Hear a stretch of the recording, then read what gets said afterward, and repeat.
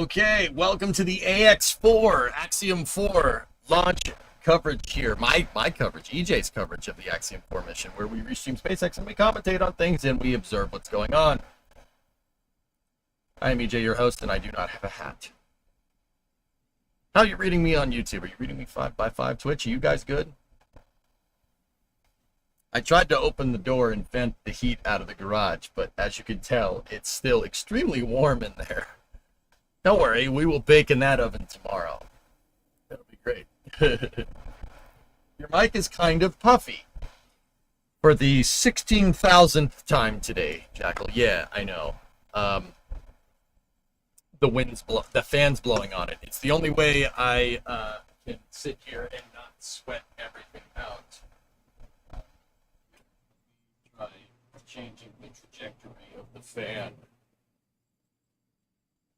Oh, yeah, that should be better for you guys. Not better for me, though. You just got here. Well, how dare you? Why haven't you watched the entire stream? What's wrong with you? Look what you did. You made me screw up my green screen.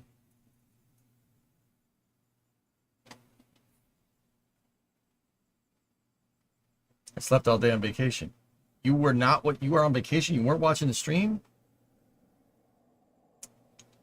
All right, let's pick up the SpaceX coverage here. Let's go. Discovery, go at throttle up. Provide both breathing air and comms to Dragon. Then we step into suit leak checks and comms checks, which were completed earlier today, before rotating the seats into a reclined position for launch. We do that to make sure that the G-forces are going right through the chests of our astronauts to keep them as comfortable as possible on their roller coaster ride to space. Then our closeout team closes and seals the hatch and performs a leak check, which John gave us an update on a little bit earlier. Oh, John's on the stream. Has since departed the pad, and final weather checks are coming up at this point, which is needed before that final go or no-go for launch is given. The crew, of course, now with that great shot of them on board your screen. So crew is already ingressed here. Milestones that we'll see before liftoff that takes about 2 minutes to complete. From there, we'll hear the. It's not an ISS rotation. It is a commercially funded mission for 4 astronauts, 4 commercial astronauts going to the ISS to do commercial research on the ISS. Great images here on your screen. Of course, we have Dragon on the left-hand side and live views from inside of our capsule with all of those events that led up to getting our 4 AX4 crew members seated and ready for liftoff. Dragon SpaceX. Good news. Our second side hatch leak check was successful. And great news there from Mission Control. We are happy to hear that. Great. Green carriage. So as John mentioned earlier, we did do a second leak check today to make sure that that's... So we got 4 people on board here. This is an all-commercial crew, but that commercial crew, now keep in mind, when I say commercial crew, I don't mean the commercial crew program, okay? That is NASA astronauts flying to the ISS to do government research on the ISS. The Axiom mission, AX4, is a commercial astronaut-funded mission from a company called Axiom Space. Axiom sends people up to the ISS, and they do commercial research on the ISS. They buy time on the ISS, and that's where they're going. Now, this crew here is made up of, there's four souls on board. The commander of the mission is former NASA astronaut Peggy Whitson. Peggy Whitson has a very, very long history of doing a lot of stuff for NASA. She's has the most EVA hours, I think, of any American astronaut. And yeah, so she's pretty good for commanding this mission. Now, the other 3 that we have on board are Shubhanshu Shukla of India, Tibor Kapu from Hungary, and the Polish guy. There's a Polish dude on board, and I cannot say his name. Sławosz Uznański of Poland. Uznański. I'm not saying his name right. Sorry, guys. What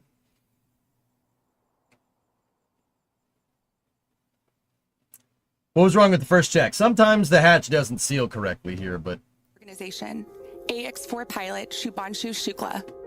Oh, they're going to say their names now. I'm Group Captain Shubhanshu Shukla. A fighter pilot for 15 years, he was selected as one of 4 Indian astronauts in 2020. Captain Shukla, are you ready for the ride? Will you do some yoga in space like your idol Rakesh Sharma did in 1984? The first Indian astronaut, Wing Commander Rakesh Sharma, traveled to space in 1984. I grew up reading about him in textbooks and listening to his stories from space. I was deeply, deeply impressed by him. This journey that I'm on, it has been a long one for me. And it started out somewhere. I didn't know that this is the path it is going to finally take. I would say that I've been extremely fortunate and extremely lucky to have gotten the opportunities to first fly all my life, which was a dream job for me, and then have the opportunity to apply to astronaut corps, and now consequently be here. Nobody flew. The way this worked out for me was that probably a week before we arrived at Axiom was the time I came to know that I will be going. I was extremely excited to be here. I was very, very happy because this was a possibility for me to actually fly to space. You don't know how to respond to such things. Shooks his wisdom. Gotcha. The knowledge that he possesses, he could be 130 years old. For me, having him as my pilot in the Dragon capsule is great. He already has that operational savvy. You know, he's just wicked smart when it comes to spacecraft Wicked technologies. smart. He is very focused, and he will basically go 1, 2, 3, 4 in a record time. I don't even know how he gets there so fast. The team that I'm flying with on this mission, it is fantastic. I do feel that, I have exceptional crewmates. I will have these crew members for this one flight, but post this mission, these are going to be my friends for life. It has been an amazing journey.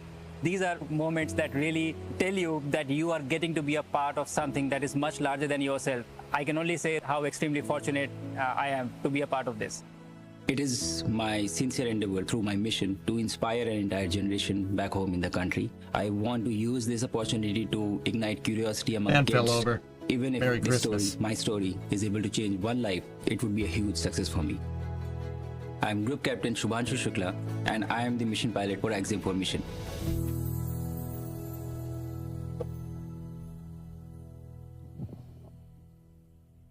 I'm joined now by Prashant Balakrishnan Nyer, a fellow Gaganyaan astronaut from ISRO. Papa has trained alongside Shooks for the past 10 months as the backup mission pilot. Papa, thanks for being here today, although I can't imagine where else you'd want to be. Yeah, exactly. Thanks, Sonia, for having me. Well, let's talk about Shooks a little bit. When was the first time you met, and what was that meeting like, and what was your impression of him? Oh, he's a fantastic guy. So we met a few years back. We are both fighter pilots and we are test pilots. So when we got selected for our own Gaganyaan program, that's when we met. And very few people know this. I am 9 years older to him. Oh, really? Even though I look younger, You right? do, you do. Yeah, no, hair still hasn't come out. Yeah, but that's when we met. And Shooks has been a fantastic guy in the last 10 months when we have been training here. It has been such a satisfying thing for me to be his wingman. Okay, as a fighter pilot lingo. Right. And he's got that drive and that focus in him on what he wants in life.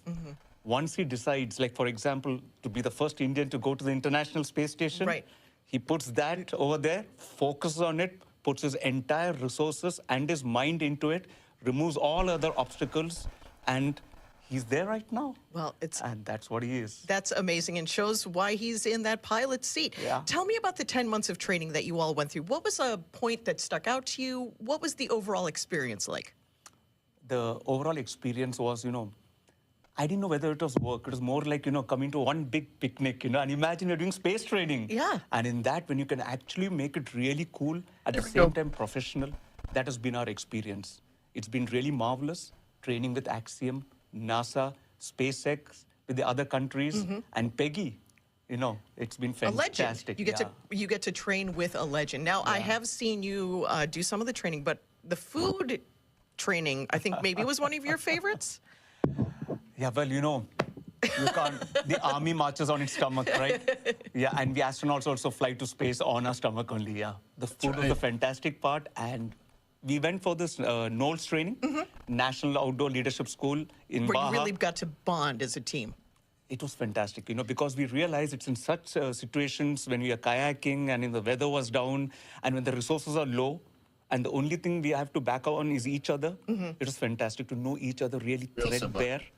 And it was beautiful, because these are those moments when you train as a team that we come to know not just the strong points, but the limitations. Right. Because when going to space or doing such kind of activity, the most important thing is to know your teammates' weak point so that you can be there to support him. Right. Wonderful. Thank you, Papa, for being here. Good luck to you. Good luck to India. Good luck to the entire ISRO agency. We're here now, finally. Good luck. No, definitely. Thank you for having me. And I want to, on behalf of Axiom and all, give a big shout out to my Prime Minister, my chairman, my wife Lena, and my daughter Nandini, and my parents, and everyone back home.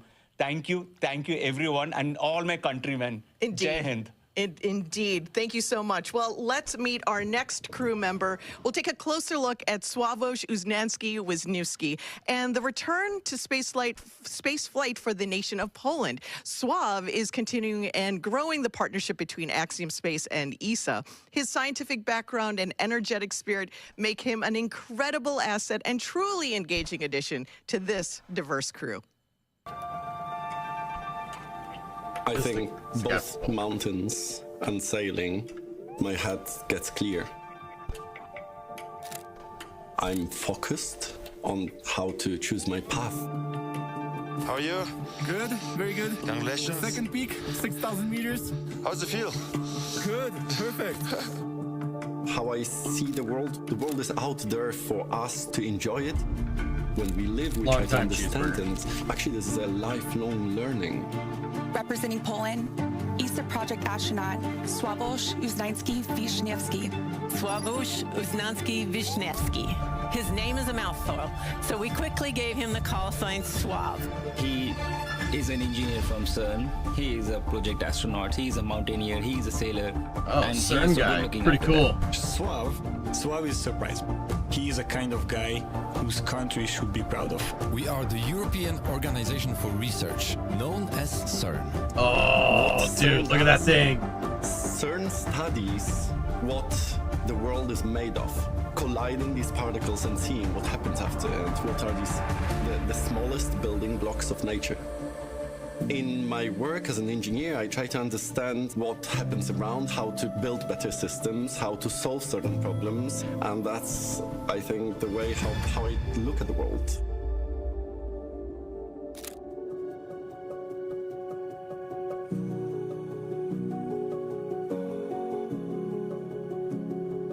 In Europe, we had 5 selections for astronauts since the beginning of the European Space Agency. I followed some of the astronauts, for example, Luca Parmitano, when he was changing the cooling system of the AMS detector, the CERN design. I had no idea if it was going to happen during my life or not. I was a scientist, but I was always waiting for this possibility. And the opportunity came up in 2021 to apply, and then Poland chose to pursue a mission in 2023. That was that moment where the whole journey of me being an astronaut started. After 50 years since General Mirosław Hermaszewski's mission, the second Pole in space will be Sławosz Uznański. This mission to the International Space Station is demonstrating the capabilities, but it's also demonstrating the ambition that Poland wants to contribute at the global scale. Today, I represent Poland, but also I represent a generation of Polish people to be able to contribute to technology and science at the global level. Space is for everyone. I am Sławosz Uznański-Wiśniewski, ESA project astronaut from Poland.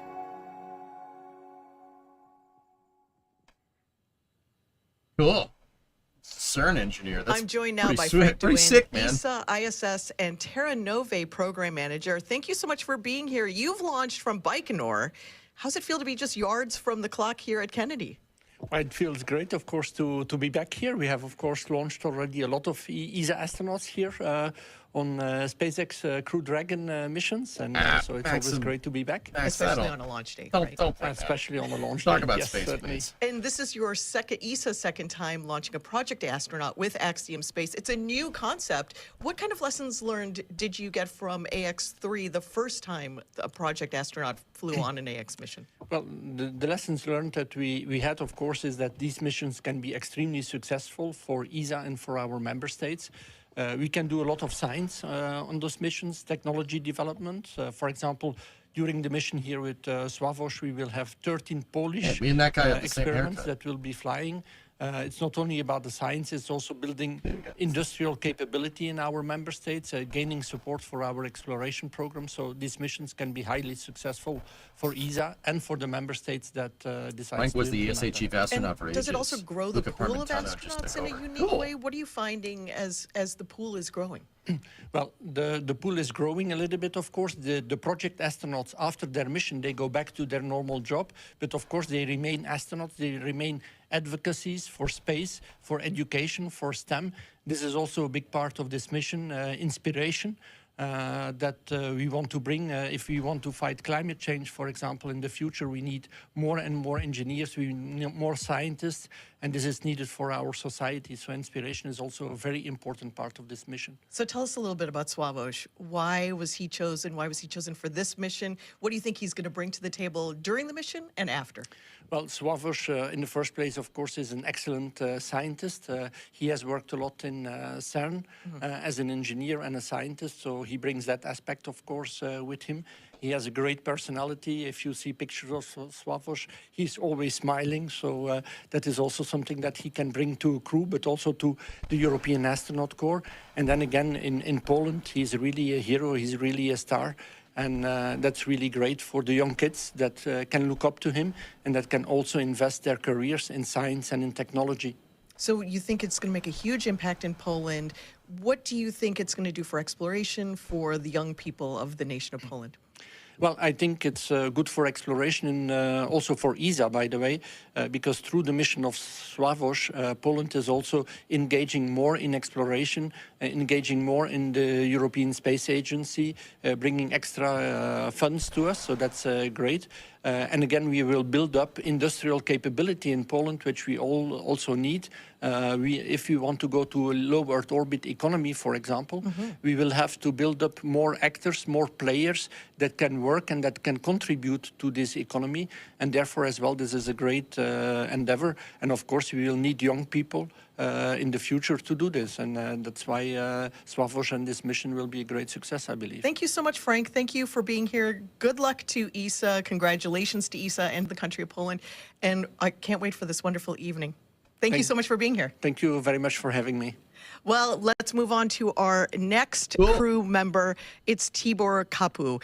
It's an exciting time for his country and his mission, and I want to tell you a little bit about it. This Central European nation is among those who have more recently turned their attention to spaceflight, adopting a... Not leaving me a lot of things to comment on, but you know, here, I don't mind listening. This is a return to space that's been 45 years in the making. This is Hunor astronaut Tibor Kapu. When I was watching Olympics with my mom, I remember that anyone who had a Hungarian flag on, on a jersey or on them, we were just cheering for them, like they were our own family members. These are the guys who we are all proud of. Spaceflight, in my eyes, is something similar. Tibor, what I really admire about Tibor, he's an engineer also, but he has the enthusiasm that bonds our crew together. He is life. I describe him like that. He walks into a place, he walks into a room, and everything livens up. He's funny. He's the person that brings lightness to the team. He's an engineer like myself, so we have this in common, this connection. In addition to engineering skills, Tibor is a huge space buff. And if you are not motivated about spaceflight before you meet him, you will be a fan afterwards. It is actually coming from childhood. I remember, assembling so many sets of Legos. I did, Star Wars. I did all kinds of planes. I was looking for my place for a really long time. But for a long time, actually, I didn't even know what to do. I remember this really cool moment with my dad. He explained to me what does a mechanical engineer do, and that's when we discussed that, okay, I will be a mechanical engineer. It was great, I loved it, but I knew that I could do much more. I knew that I'm destined to achieve greater things. I was a rocket enthusiast for such a long time, but I didn't have a chance to work in that field. The selection process for Lunar, it was announced in 2021. I was extremely enthusiastic. It wasn't a question if I'm taking that opportunity or not. We did 14 months of rigorous selection process, physical and psychological and cognitive stuff. The whole thing took like 2.5 years. It's much harder than I thought, actually. May 26th was the anniversary of Bertalan Farkas flying to space. He was the first Hungarian astronaut. On that day and that night, I was selected. And I was actually quite proud of myself that I could prove to myself that I am capable of focusing for months and years in order to stand here. So people have been calling me their sons since the selection, especially in my hometown. I feel their love, I feel their energy, I feel that they are proud of me. I want to be special for my country. And if it will spark or ignite anything in them, then I think we are doing our job quite well. My name is Tibor Kapu, and I'm mission specialist for AX4. Dude, he's only 33. That's pretty cool, man. Oh, man, that's weird. Somebody younger than me is launching into space. I hate it when that happens. Damn it. Damn it. I don't like that at all. But that's cool, man. I thought he was playing with Legos. I'm like, wait a minute, playing with Legos? How old are you? In a good way, in a good way. You and Tibor were selected around the same time. Tell us what that moment was like. Thank you. It's a great honor to be here. Well, it's a really interesting story because we had a really long selection process, and after the selection, we had 14 months of basic training in Hungary. And even in these 14 months, we've been to the US and we've met Axiom people. We've been to Axiom, and they also were part of our selection. And from the four of us, two of us were selected to do the mission-specific training we are here right now and doing right now, preparing for this mission, actually. So this was an amazing journey for us. So the Hunor program only kicked off in 2021. That's a really fast trip to this moment that we're at now. Tell us what that was like. Do you think that this is right on track? Are you excited for the progress that you're seeing? Well, we had to do it really fast because we were not planning for AXIOM-4 specifically. We were planning to do a mission, and but AXIOM-4 happened, and so we had to jump on it. And it was really, really intense for us. But the basic training were finished, and we could continue our training. But we didn't have a lot of time between selection and the AXIOM-4 training. We had around just 1 month of period when we were selected and waiting for a mission. That's crazy. And what stands out to you from that training, from the AX4 training? What stands out? Something that was really bonding, something that surprised you? From the bonding perspective, if you ask for that, I would say that our nose training were amazing, which was when we were at Mexico with the That's what crew. Papa said, that he loved being He did say that. Yeah. Oh yes, that was amazing but it's a great analogy of being on the space station. You know, you are not a very well comfortable position. With the crew, you have to solve problems. It's really like being on the space station, and so I really enjoyed that part. But we've done so many things. It was an amazing journey. Tibor has a very intense mission when he's on the ISS. Lots of things to do. What's he going to bring to the table when he's on the ISS? So, from Hungary, all of the experiments we are going up there is Hungarian experiments, and it's like a really good opportunity for Hungarian researchers to show and to get their experiments conducted on the ISS in space. And it's like he's gonna be doing radiation experiments. He's gonna be growing plants in space. So many things. He's got amazing so many things, but bringing along the entire country of Hungary with him into space with all of these activities. Thank you so much for being here, giving us a little peek into your training up until this moment. Congratulations to you, to your entire country. Thank you so much. And now it's time for our commander. Let's introduce you to Peggy Whitson. You may be well aware of Peggy's incredible resume. She brings nearly 30 years of experience as an astronaut and decades more as a leader in technical and scientific fields. A second-time commander for the AXIOM missions and the latest addition to the Astronaut Hall of Fame. This is the one and only Peggy Whitson. Yeah, you guys want to feel bad How about does yourself. a girl from Beaconsfield, Iowa, with a listen population to of less listen to than Peggy's 20, become resume. the commander of the International Space Station? I think that one of the biggest lessons I learned growing up on a farm had to be determination, diligence to get the job done. Yes, Caviar. My parents are the hardest working people I knew. They taught me that work ethic and never to quit. Peggy Whitson became the first female commander of the International Space Station. In her career, Whitson spent 675 days in space. She also flew 3 long-duration space flights and served as chief of the astronaut office and commander of the International Space Station. AX-4 will be her 5th mission to the International Space Station and 2nd time commanding a commercial astronaut mission. Peggy Whitson is a known name. She has accomplishments that I can only dream of. Peggy is one of the most capable leaders that I had the chance to work with, ever. She passes knowledge to us. She knows where we feel strong, where we feel maybe a bit weaker, and she can support us in that. Being a great leader for her is just natural.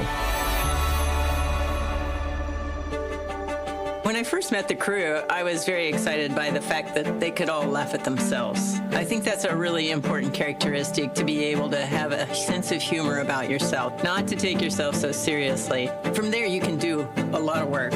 I actually tell the crew a lot about what I think they're going to experience. I think it helps them prepare. But I'm talking about how they're going to feel, how their body's going to react to it. Everybody's going to be souped up to do, 150% of the work. And so I want them to have an accurate sense of what they're going into as they adapt to being in space. My first flight was in 2002. Obviously, as a rookie flyer, I worried a lot about getting everything right. I didn't want to be the one that made mistakes.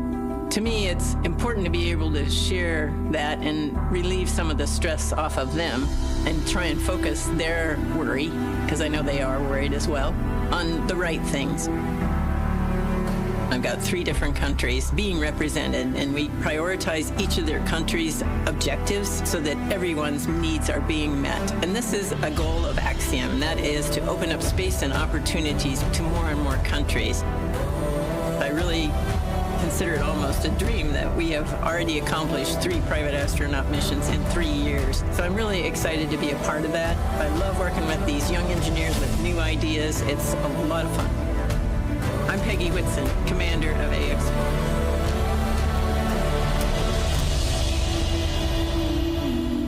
So Peggy flew 2 shuttle missions, STS-111 and STS-113. I'm joined now by Axiom Space's Chief Strategy Officer. She flew on Soyuz TMA-11 and Soyuz MSO-304 and AX-2.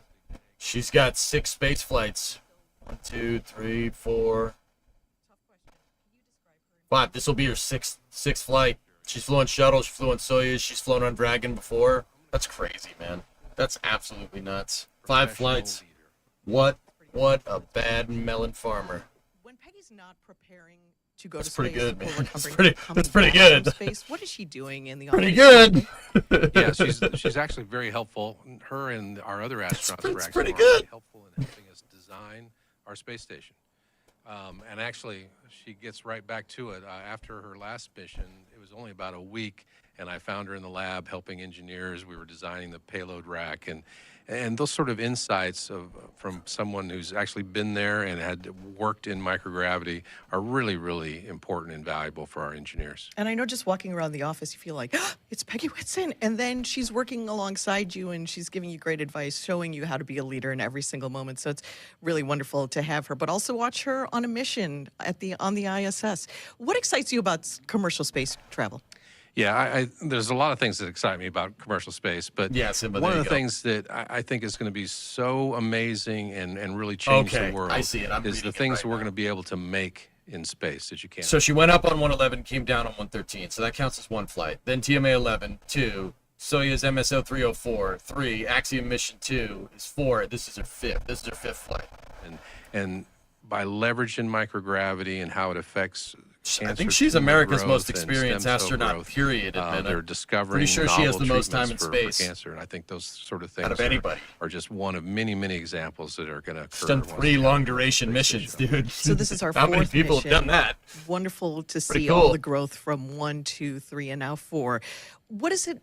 What are the cool, man. opportunities for international wild, partners, dude. for foreign nations? Yeah, I really think that we are becoming the world's space agency and really helping lots of countries emerge in space. This particular mission is a great example where all 3 of these countries have flown one astronaut before, but it was all 40 years ago. So almost 2 generations for these countries. And so it's 16 very, days, very impactful and very, very humbling to be Even more able to sunny? help these Oh, yeah. countries. You know, one of the things that I Googled this morning was there are 350 million children in India under age 15. So there's more children in India under age 15 than there are people in the United States. Wow. I hope all 350 million of those watch the launch and are inspired by it and want to get into space and exploration and engineering and math. I know that there are watch parties happening right now all around the world, so those children hear you and they will be inspired by this mission. I'm so excited to see what comes out of it and what happens in the future. Awesome, me too. Thanks, Matt. Thanks for being here, and we'll see you back in Houston in a couple of days. All right, thank you. Well, this has been an exciting time to learn about all of our crew members. We're going to send it back to Ronnie at Hawthorne. Thanks so much, Sonia. Now we get to talk about one of my favorite parts of human spaceflight, which is the zero-G indicator.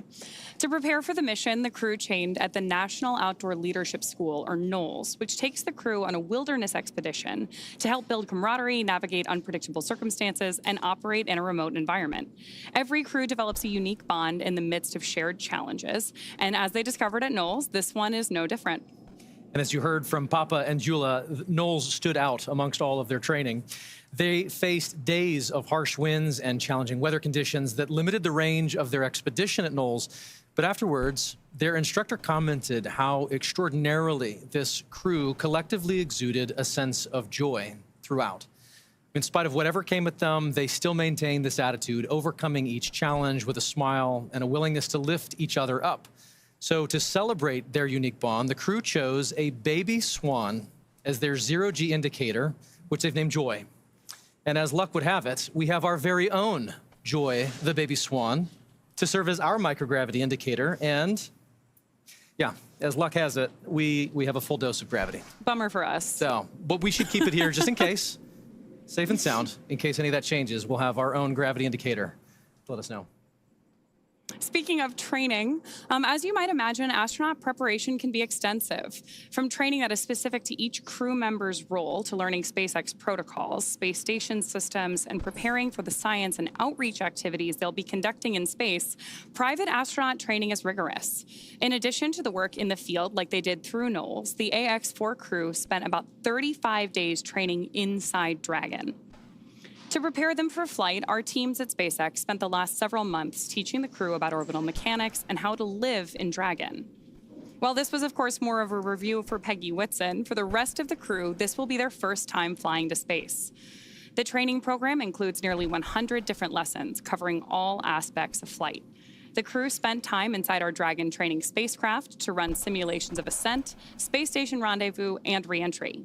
They also spent time at the launch pad in our suit-up room and working through emergency procedures that would be necessary in the unlikely event of a pad abort. And in addition to the critical training from SpaceX associated with those dynamic phases of ascent and return, Axiom Space facilitated a host of training efforts over the last 10 months to ensure the Axiom-4 crew and all those who support them are ready for their mission on station. Kicking off efforts at Axiom Space headquarters in August of 2024, this crew immediately began to familiarize themselves with the range of teams and systems and operations they would need to become proficient with in order to succeed. So from selecting the food they would eat and learning how to prepare it with the food warming and hydration systems on orbit, to understanding the tools and systems available to them throughout the station, learning every seemingly small detail is critical to ensure mission success. While in Building 9 at Johnson Space Center, the crews learned and rehearsed routine operations, medical procedures, emergency situations, and media outreach engagements. All of these lessons built up to full-scale simulations that were run in coordination with ground teams at Johnson and around the world. And as the name of the International Space Station suggests, specific modules are owned and operated by different nations. The crew traveled to Japan to learn the systems of the Japanese experiment module, also known as Kibo. With hands-on training that culminated in a round of testing, the crew became certified to use Kibo for their flight. The crew then traveled to Germany to earn their certification for the systems in the European module, known as Columbus. As an ESA project astronaut, Sławosz had additional trainings at the European Astronaut Center. And beyond the specific requirements of each space station module, the crew participated in a range of efforts that would not only bond them into a crew, but also ensure they were physically and mentally prepared for any scenario surrounding their space flight. This included, as we've mentioned, a week of training with the National Outdoor Leadership School, where the crew faced a week of kayaking against heavy winds, but it also featured a day in an altitude chamber to experience how their bodies react to different oxygen levels, and even a round in helicopter underwater escape training, among many others. And all of that is necessary to set the stage for the work they will be doing on the International Space Station. We are now at T-minus 1 hour, 7 minutes, and 50 seconds from liftoff of the AXIOM-4 mission. So, as the countdown... I was looking it up. So Peggy is she has the most amount of time in space of any American, and the 9th most all time. 2nd most out of active astronauts, cosmonauts, and taikonauts. The only other person that has more time in space that's still an active spaceflight cosmonaut is Oleg Kononenko. Oleg's been up there for over 1,100 days. Peggy Whitson has 675.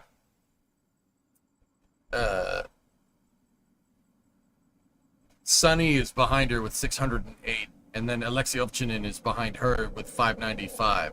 Don Pettit's at 590. Sergei Prokofiev is 567, and Oleg Artemyev is at 560.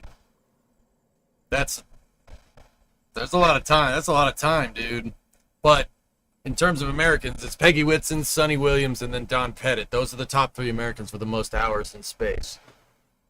Behind that, the American at 4th is Mark Van Hyatt, 523.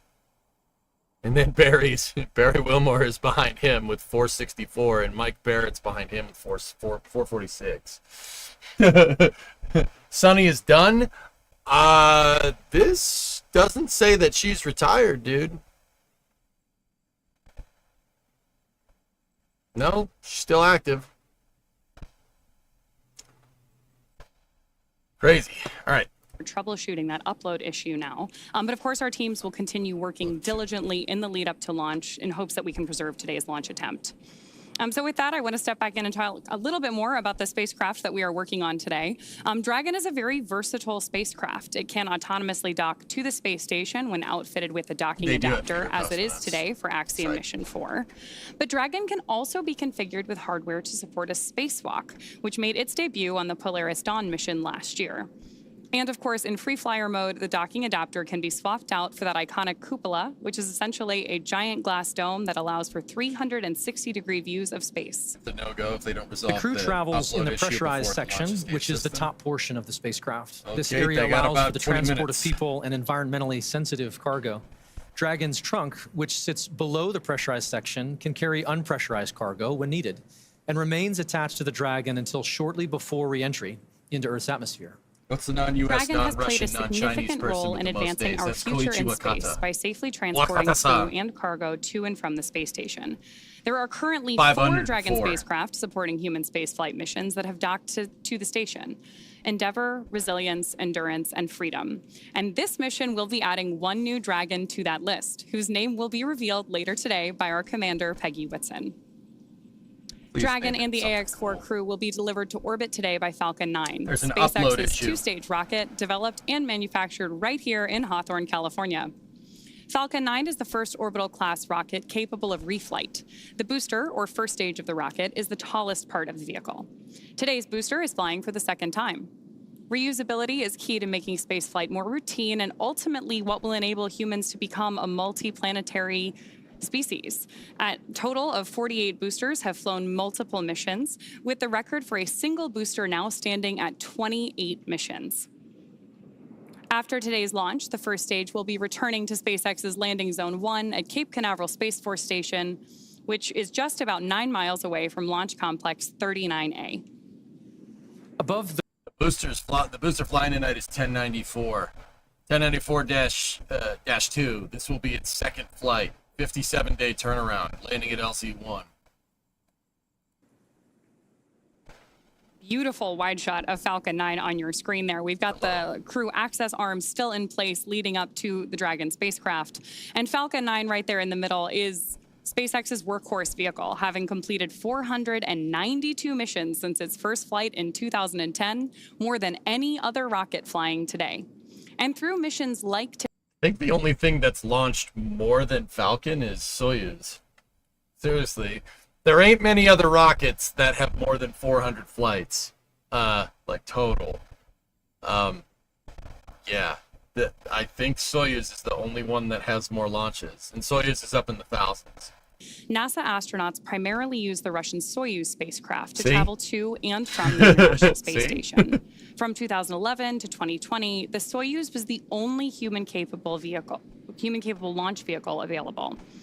In December 2010, Dragon became the first commercially built and operated spacecraft to be recovered successfully from orbit. This mission, known as COTS-1, was the first demonstration flight for NASA's commercial orbital transportation they services, cut or it. The COTS thing took a program. left off the The pad. purpose of COTS was to develop and demonstrate commercial sources for cargo resupply of the ISS. Fun fact, the Dragon that flew on that historic mission is currently hanging behind us in front of SpaceX Mission Control in Hong Kong. Just 10 years later, in May 2020, Demo 2 launched astronauts from U.S. soil for the first time in nearly a decade. We watched that Demo live 2 was right Dragon's here. first human spaceflight mission. The spacecraft, named Endeavour, carried NASA astronauts Doug Hurley and Bob Behnken to the International Space Station in the first orbital human spaceflight launched from the United States since that final space shuttle mission in 2011, and it was the first ever operated by a commercial provider. Alongside the NASA missions, Dragon has also flown several private missions to orbit. In September 2021, on the Inspiration-4 mission, Dragon became the first private spacecraft to take an all-civilian crew to orbit. Go again, Rook. Year, Dragon Do flew it. Axiom Mission 1, the first all-private astronaut mission to the ISS in collaboration with Axiom Space. The first of now 4 flights together with Axiom Space to take commercial crews from around the world to the International Space Station. Go again, Rook. Then in September of 2024, the Polaris Dawn mission delivered the first commercial spacewalk. And most recently in March, Dragon supported the From-2 and NASA Crew 10 missions. From that first crew mission in May 2020 all the way through today, Dragon has supported 17 human spaceflight missions and flown 66 crew members representing 17 countries. Overall, Dragon has flown 52 missions, carrying over 300,000 pounds of cargo space. When did this happen? In the history of human spaceflight, fewer than 700 people have ever been to orbit. At SpaceX, we want to help create a future where not just hundreds of people, but thousands and ultimately millions of people can travel off Earth to live and work in space and on other planets. Each of those. Wait. DM2 was like a week ago. When the hell did they fly 17 freaking missions, man? When did this happen? I can't believe that. I can't believe that. No, Dragon 2 only started flying commercial crew. It only started flying people in 2020. It means in the last 5 years they've done 17 missions to the ISS. That's pretty freaking good, dude. 22, just over 3 years ago, Axiom Mission 1 launched aboard Dragon Endeavour. That's crazy. On a mission that would span 17 days on orbit, with 15 days of those on board the International Space Station. Led by Commander Michael Lopez Alegria, the crew facilitated MLA. 26 research payloads and participated Inside in of over 1 30 hour. STEAM events. Beyond the onboard science efforts, this mission was a pivotal moment for the community at large, serving as a proof of concept for how private operations could be conducted on the orbiting lab in conjunction with the expedition crews living aboard the International Space Station. This was the next step in human spaceflight collaboration. So this was followed up a little over a year later by Axiom Mission 2, which launched aboard Dragon Freedom. SpaceX, for awareness, we're cycling the orbit tank isolation valves to equalize low flow pressure. That's normal. Dragon copy. Pausing there for that update.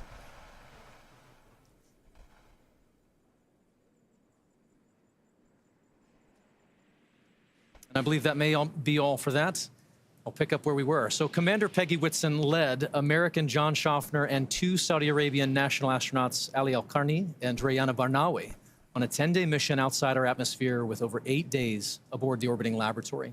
And over the course of their 126 orbits, they conducted 26 research efforts and participated in 20 STEAM events.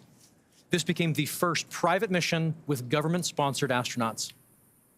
And last year, in January of 2024, we conducted Axiom Mission 3, which saw Commander Michael Lopez Alegria once again lead a crew to the station. This was our longest flight to date at over 21 days, covering 346 orbits. The crew spent over 18 days on station and worked with the tanks that they're 54 talking about. payloads, Yeah, dude, conducted that's awesome. 28 STEAM engagements. Flying once again on Dragon Freedom, this was the first all-European astronaut mission to the International Space Station. And here we are today.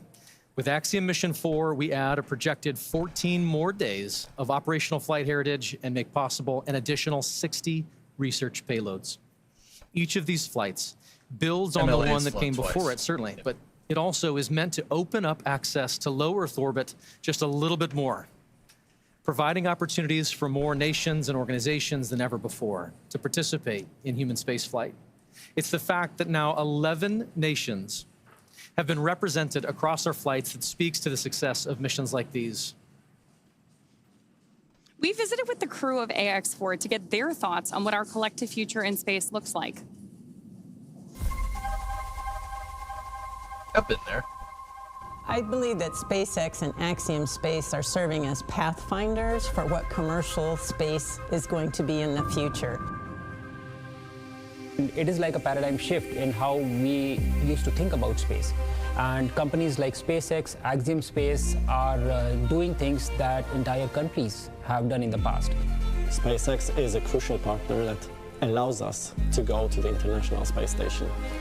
In general, space is a big team sport, and that collaboration offers more and more possibilities to explore. In our case, this is the Dragon capsule and the Falcon 9 rocket. In the future, it might be different solutions. It has been 5 years now that SpaceX have been sending humans to space. We are using SpaceX technology because we know that it's safe and reliable, and that it will bring us safely to the International Space Station, and not only going there, but also coming back. The end goal for Axiom is to have that mission and presence in low Earth orbit that will enable scientific research, technology demonstrations, and expand what we are doing in space. These precursor missions, like the AXIOM-4 mission, are just the tip of the iceberg for expanding in low Earth orbit and way beyond even. Like we say, that space has space for everyone, and this is what it means. And I think that is the essence of spaceflight. I love Peggy's comment there that this is really just the tip of the iceberg. Absolutely. The International Space Station may not last forever, but there's a lot in the works today to enable even more research and more capabilities off-planet. Of course. And so for Axiom Space, missions like AX4, as we've said, not only create opportunities for our customers to accomplish their goals in microgravity, but they are also invaluable in developing our teams and our systems for our own future Axiom Station. When the time comes and the International Space Station reaches the end of its operational life, Dragon SpaceX, for awareness, we are continuing troubleshooting on the wind file upload. It has not been resolved yet. Troubleshooting is continuing. Oh, that's to follow up on that comment we had earlier. Dragon copy. Continuing troubleshooting. Oh. We are going to keep working this issue in the lead up to launch. So as I was saying, So they're having trouble uploading wind data to Dragon. Dragon needs to know what the winds are so it can compensate on the way up, or Dragon and Falcon. So yeah, if they don't get that resolved pretty quick, that's That's you got about 15 minutes before the next step in the flight to like go for fueling and stuff happens. Yeah, if you don't get that fixed by then, it's no point in flying. There's no point in fueling the rocket. To facilitate a transition to our own commercially owned and operated station. They just showed the Selected by USDB. NASA in 2020, Axiom Space is the only commercial company to attach its privately developed modules to the International Space Station. And here's what this transitional timeline looks like at this point. Our first step will be to attach a module to the station that we call the Payload Power Thermal Module, or PPTM. This module is designed to receive any critical hardware, payloads, or tools from the ISS that the international community may want to continue to utilize. Then that will undock, detaching from the space station and rendezvous with our second module, known as Habitat Module 1. Together, these two modules can support 4 crew members and enable a host of manufacturing and research efforts in microgravity. From there, the station will continue to build out over the following years until we have built out an entire Axiom station as you see it there, with a second habitation module, an airlock, the open windows down below, the Earth Observatory, and the research and manufacturing lab. To go to the ISS, All the of window's this, pretty once much fully instantaneous, assembled, allows 619. Axiom Station to enable customers to forge their own future in low Earth orbit. Speaking of our future in low Earth orbit, let's get a status update from John I about today's mission. John! Ronnie, we're just inside T-minus 53 minutes. We're continuing to count down. Obviously, the thing we're waiting to hear from over the countdown net is the troubleshooting going on with the wind upload of data to the Dragon spacecraft. We heard just a couple of minutes ago, they're still working on it. We have to have that on board before we get to essentially crew access armor track and then launch escape system armed. So we're going to continue to monitor that as we get a little bit closer. That's not good. Now on the Falcon 9, good news, the chief engineer pulled the team. They don't see any issues right now. They'll be doing their final pull at T-minus 45 minutes or so to go into propellant load. Now, we talked about Dragon. They're working no other issues other than getting the wind file uploaded. The good news, weather. The weather officer T-minus 1 hour said phenomenal. So we'll take that all night long. And then finally, around the launch pad, flight danger, hazard areas are clear. Both around both pad 39A as well as tonight landing zone 1, because the first stage is coming back about 9 miles south of the launch site. So currently everything continuing to look good except for that one issue we're working on Dragon. We'll keep listening in, we'll bring an update, we'll keep our fingers crossed, but we're coming up on T-minus 51 minutes. Everything continuing to count down, hopefully to an on-time launch just less than an hour from now. Oh.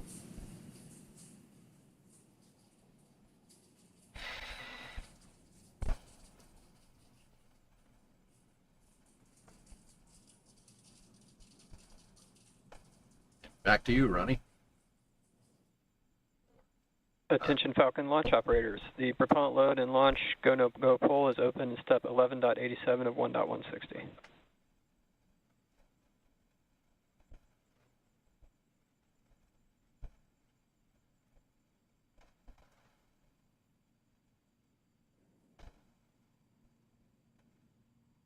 How long does it take to fuel it? About 45 minutes.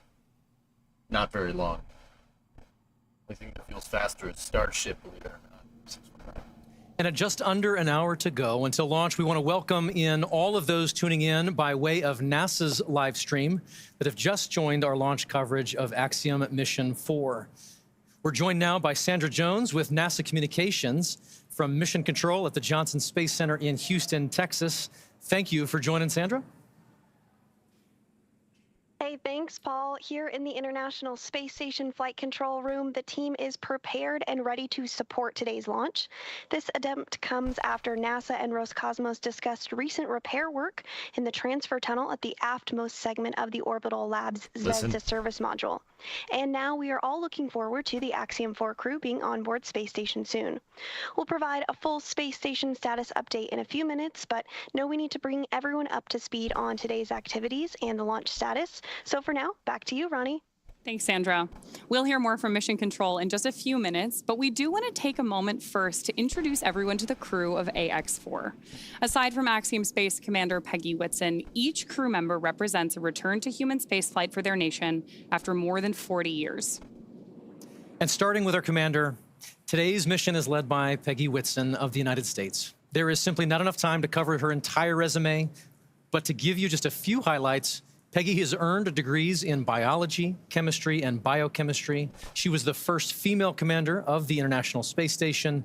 She has spent over 675 total days in space, during which she logged 60 hours across 10 spacewalks. It's almost 2 years. She's also a two-time Space, commander guys. for Axiom Space, having previously served aboard AX-2, and she was just inducted as a member of the 2025 Astronaut Hall of Fame. So congratulations and well-deserved, Peggy. Next is mission pilot Shubhanshu Shukla of India, whose call sign as a test pilot is Shooks. Representing the Indian Space Research Organization, or ISRO, Shooks is also an astronaut designate of India's inaugural human spaceflight effort, Gangayaan, featuring an Indian-built rocket and spacecraft. He was commissioned into the Indian Air Force Fighter Wing in 2006 and achieved the rank of Group Captain in 2024. He has over 2,000 hours of flight experience aboard a variety of aircraft. And our third crew member is Mission Specialist Sławosz Uznański of Poland. He is representing the European Space Agency as a project astronaut, coming from the reserve class of 2022, much like Marcus Want, who served as a mission specialist on AX-3. A scientist by trade, Sławosz has earned his Master of Science with honors from Łódź University of Technology in 2008. He holds a second Master of Science and a graduate engineering diploma as well. He also spent 2 years as the engineer in charge of the world-famous Large Hadron Collider in Switzerland. That's cool. Beginning in 2018. Now that's cool. In rounding out this crew is mission specialist Tibor Just ran Kapu of CERN, Hungary, whatever. who represents Whatever. the Hungarian Whatever, Orbit that's no big Astronaut deal. Program, or HUNOR. Whatever. He graduated from the Budapest University of Technology and Economics, earning a degree in mechanical engineering, followed by a master's degree specializing in polymer technology. In 2023, Tibor emerged as one of 4 Hungarians selected from a pool of 247 candidates for the HUNOR astronaut program. And together, they are the crew of AX-4, Pretty good crew Axiom here. Space's 4th private astronaut mission to the International Space Station. Today's flight represents the return to spaceflight for 3 nations, but it also highlights the growing opportunities for nations and entities around the world to conduct meaningful work in low Earth orbit. And right now, as you see there, Peggy, Shooks, Sławosz, and Tibor sit inside Dragon. There are colleagues and students and on space an STS-111 enthusiasts the world down over on the gathering to cheer them on here at the start of their mission. And so we'd love to share just a few live streams that we're getting from launch parties in India and Poland. And here we are. First is a wonderful shot of a school in India.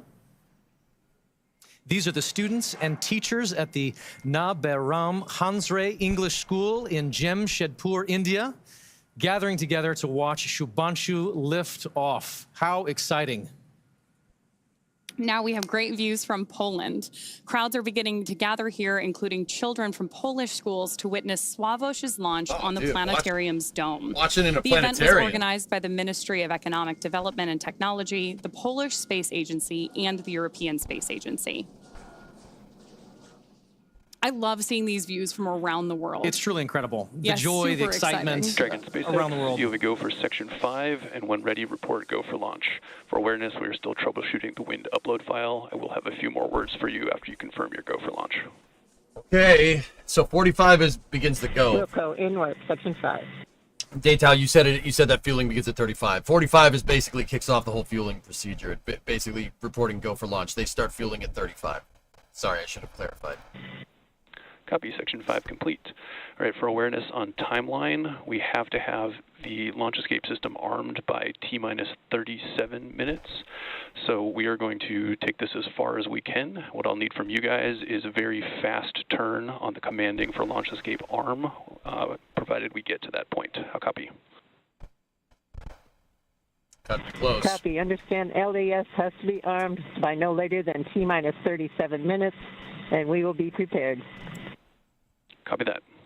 So It's not weather concerns. The weather is actually good. They're having trouble uploading the weather wind data to Dragon. Yeah, Dragon needs to know how windy it is in order to fly the trajectory correctly. They're having trouble uploading that file. They can take it down to about T-minus 37 This is minutes. the launch director on the countdown net. The pull is complete and the team is ready for crew access arm retract and propellant load and launch pending resolution of the winds upload issue. For all operators in MCC and Hangar X, both controls are going to lockdown at T-minus 45 minutes and will remain in that state until the LES system is disarmed. All operators are to remain at their console and maintain a sterile cockpit until the ND confirms successful disarming of the launch escape system following orbit insertion or propellant offload in the event of a scrub. For non-urgent no-go conditions, brief the CE or LD and they will approve aborting the countdown. For urgent issues affecting the safety of the operation, operators shall call hold on the countdown net. Launch control will abort the launch auto sequence immediately and proceed into the launch abort auto sequence. At T-minus 10 seconds, launch control will be hands-off and relying on automated abort criteria for the remainder of the count. Operators shall advise the launch director whether structural breakup or fire is imminent or occurring per Dragon manual escape flight rules. Launch control, you may proceed with arming the crew arm for movement. Okay, so T-minus 30. We're T-minus 43 minutes, 15 seconds and counting. Hey, John, I was going to say You've that. heard the SpaceX launch director giving final instructions to the team. We have cleared our propellant loading pole. Crew access arm retraction has started. And now we've heard, and you can see on the screen, crew access arm is pulling away from the Dragon spacecraft. This is going to take about a minute and a half to retract all the way. And we'll get confirmation it is in the launch position. The next step after that is going to be the crew, close the visors, confirm that, and then begin launch escape arming. As we mentioned, we want to get launch escape arming finished by about T-minus 37 minutes, which means we've got about 5 minutes to finish troubleshooting the wind upload to the Dragon vehicle. Now, currently on Falcon 9, all conditions are go on the launch vehicle. Hello, what's that going was on? the poll Yeah, I'm that still we, here. Said I would go to the AXIOM launch, director. but it might not launch, dude. Dragon's working its one issue. Weather looks good. Range is ready to support. They're having trouble. Access arm retraction complete. All right, that is the confirmation. The arm is back in the launch position. Next, they'll give the crew the command to go ahead and close and lock their visors. They're having trouble uploading wind data to Dragon. Dragon needs the wind data so it can fly the trajectory correctly, taking into account the windage constraints that are happening at different altitudes. If Dragon doesn't have that, it's not going to be able to fly into space. They're having trouble getting that file, getting the updated wind data uploaded to Dragon. They set on the mission. I think right now we're probably waiting just a little bit longer. We want to give the Dragon team as much time as they can have before we move into the sequence where we then have the crew arm the launch escape system. Now, if we do get through this and we solve the upload issue, at T-minus 35 minutes, we will begin propellant load. Once we do that, then there's no chance to hold the clock. We would have to complete the countdown and launch on time, or as we have mentioned during the webcast, we do have another opportunity tomorrow about 24 hours from now. That's what I would do, drummer. I would have called this already, dude. We're inside 41 minutes, continuing to troubleshoot the problem. They got about 3.5 minutes, dude. A few people are sweating right now. Dude, yeah, yeah. View of the crew inside the capsule on the right-hand side. See the status bar on the bottom and the clock counting down. This wind data thing has probably happened as a result of this mission scrubbing a bunch of times. Now, if we get to go, that's just speculation on my part. We'll hear then the commands to begin the launch escape system arming. The crew will confirm about a minute later that they're armed. And that'd complete the major events before propellant load would begin at T-minus 35 minutes.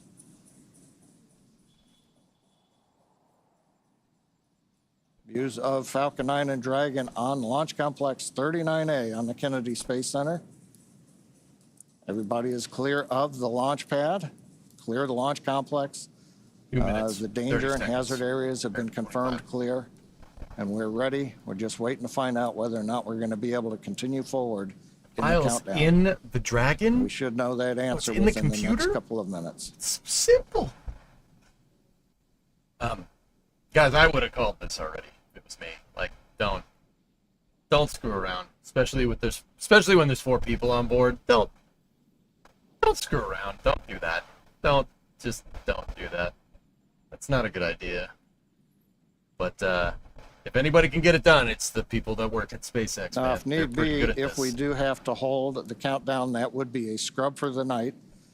Right now, as we talked about earlier, the space station orbit is passing over Kennedy Space Center. You're not going to do prop getting load. Yeah, everything Kate, that's... aligned. SpaceX wind upload is complete. You are go for section 6, close visors and arm launch. Let's go, dude! They did it! Oh, damn! Visors are closed. And Yo, I've never been happier to be wrong. That's awesome. All right.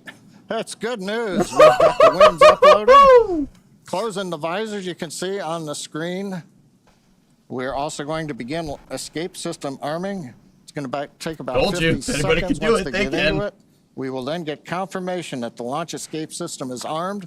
And from there, we will move into propellant loading coming up in 3 minutes at T-minus 35. So we passed a major milestone. Everything looking good. That's right, MX. And it's kind of quiet here right now. Everybody's kind of tense. We're waiting to see how it go, Paul. But with that, it looks like we're doing good in the timeline. We have taken a sigh of relief. Smiles are returning. Cue the right mic. Guys, you didn't cue the right mic. There you go. Launch escape system is verified armed. Okay, LES is armed. Hypergolic systems are pressurized inside of Dragon and enabling the Very good. With all of those super call-outs Draco and the thrusters. progress now being made again towards launch, let us tell you more about their destination, the International Space Station. And with that, we'll send you to NASA's Johnson Space Center and crew's Sandra pumped, Jones dude. Let's do this. for all things tracking about the mission. For the start of propellant load. Okay. Prop load in 2 Paul. minutes. I'm here in the International Space Fancy, yo, Station thanks for the Flight raid. Control Room at NASA's Johnson Space Center in Houston, Texas, where teams are working around the clock to monitor the Expedition 73 crew and systems aboard the orbiting laboratory. Today, this team is ensuring that the station is ready to receive Dragon and the AXIOM-4 crew. Private astronaut missions are an important component of NASA's strategy for enabling a strong and competitive economy in low Earth orbit. Unique to AXIOM-4, NASA is collaborating with the Indian Space Research Organization, or ISRO, on 5 joint science investigations and 2 on-orbit STEM demonstrations, which help showcase the strength of international collaboration and the shared commitment to expanding access to space. As the International Space Station nears the end of its operational life, NASA plans to transition to a new model featuring commercial space stations to maintain its leadership in microgravity research and ensure a sustainable access to low Earth orbit for the benefit of humanity. So let's take a moment now to learn more about the International Space Station and NASA's commercial future in low This is Earth the orbit. AXIOM-4 launch, crewed launch to the ISS. For more than 25 years, NASA has used the International Space Station to advance the nation's scientific and exploration goals, completing research not possible on Earth. With international partners, the orbiting laboratory has supported more than 4,000 science investigations and served as a test bed for technology demonstrations and human research to better explore the Moon, Mars, and beyond. Through NASA's investment, the United States is operating multiple commercial cargo and crew transportation spacecraft and now is developing fully commercial space stations for low Earth orbit. With transportation and destinations, NASA's efforts are opening opportunities for private industry to use space for new markets that could benefit from microgravity. The International Space Station is the blueprint for international partnerships and commercial opportunities in space. As NASA looks to buy services from private industry, the agency looks to the future, exploring the secrets of the universe for the benefit of all.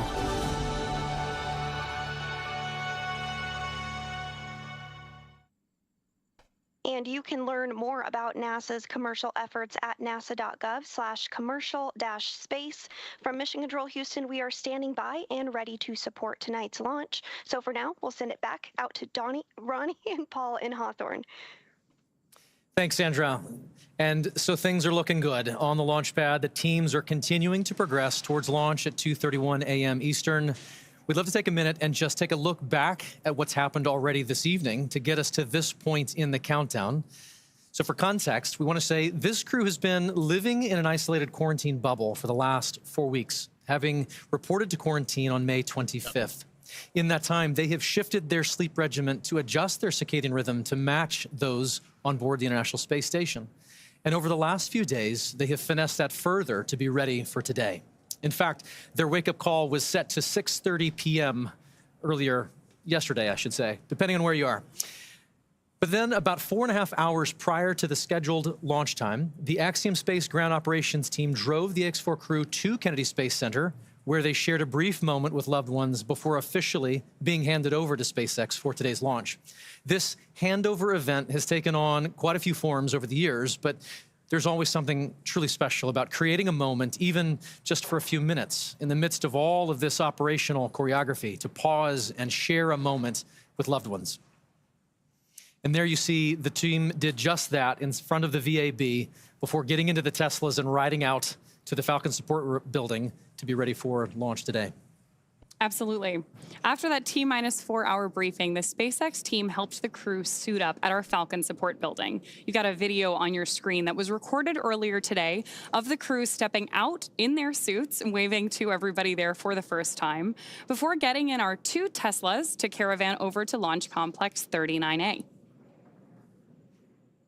They do ride in pairs over to 39A, often accompanied by members of our launch closeout team, who you see there as the crew celebrates that they are on their way over to launch. Once they reached the tower, they ascended up to the Dragon spacecraft and were able to make one last phone call before signing the White Room wall. Here you see the crew walking across the crew access arm, getting their boarding passes handed to them and checked by our closeout team. You'll notice that Peggy Whitson's... They take a bus.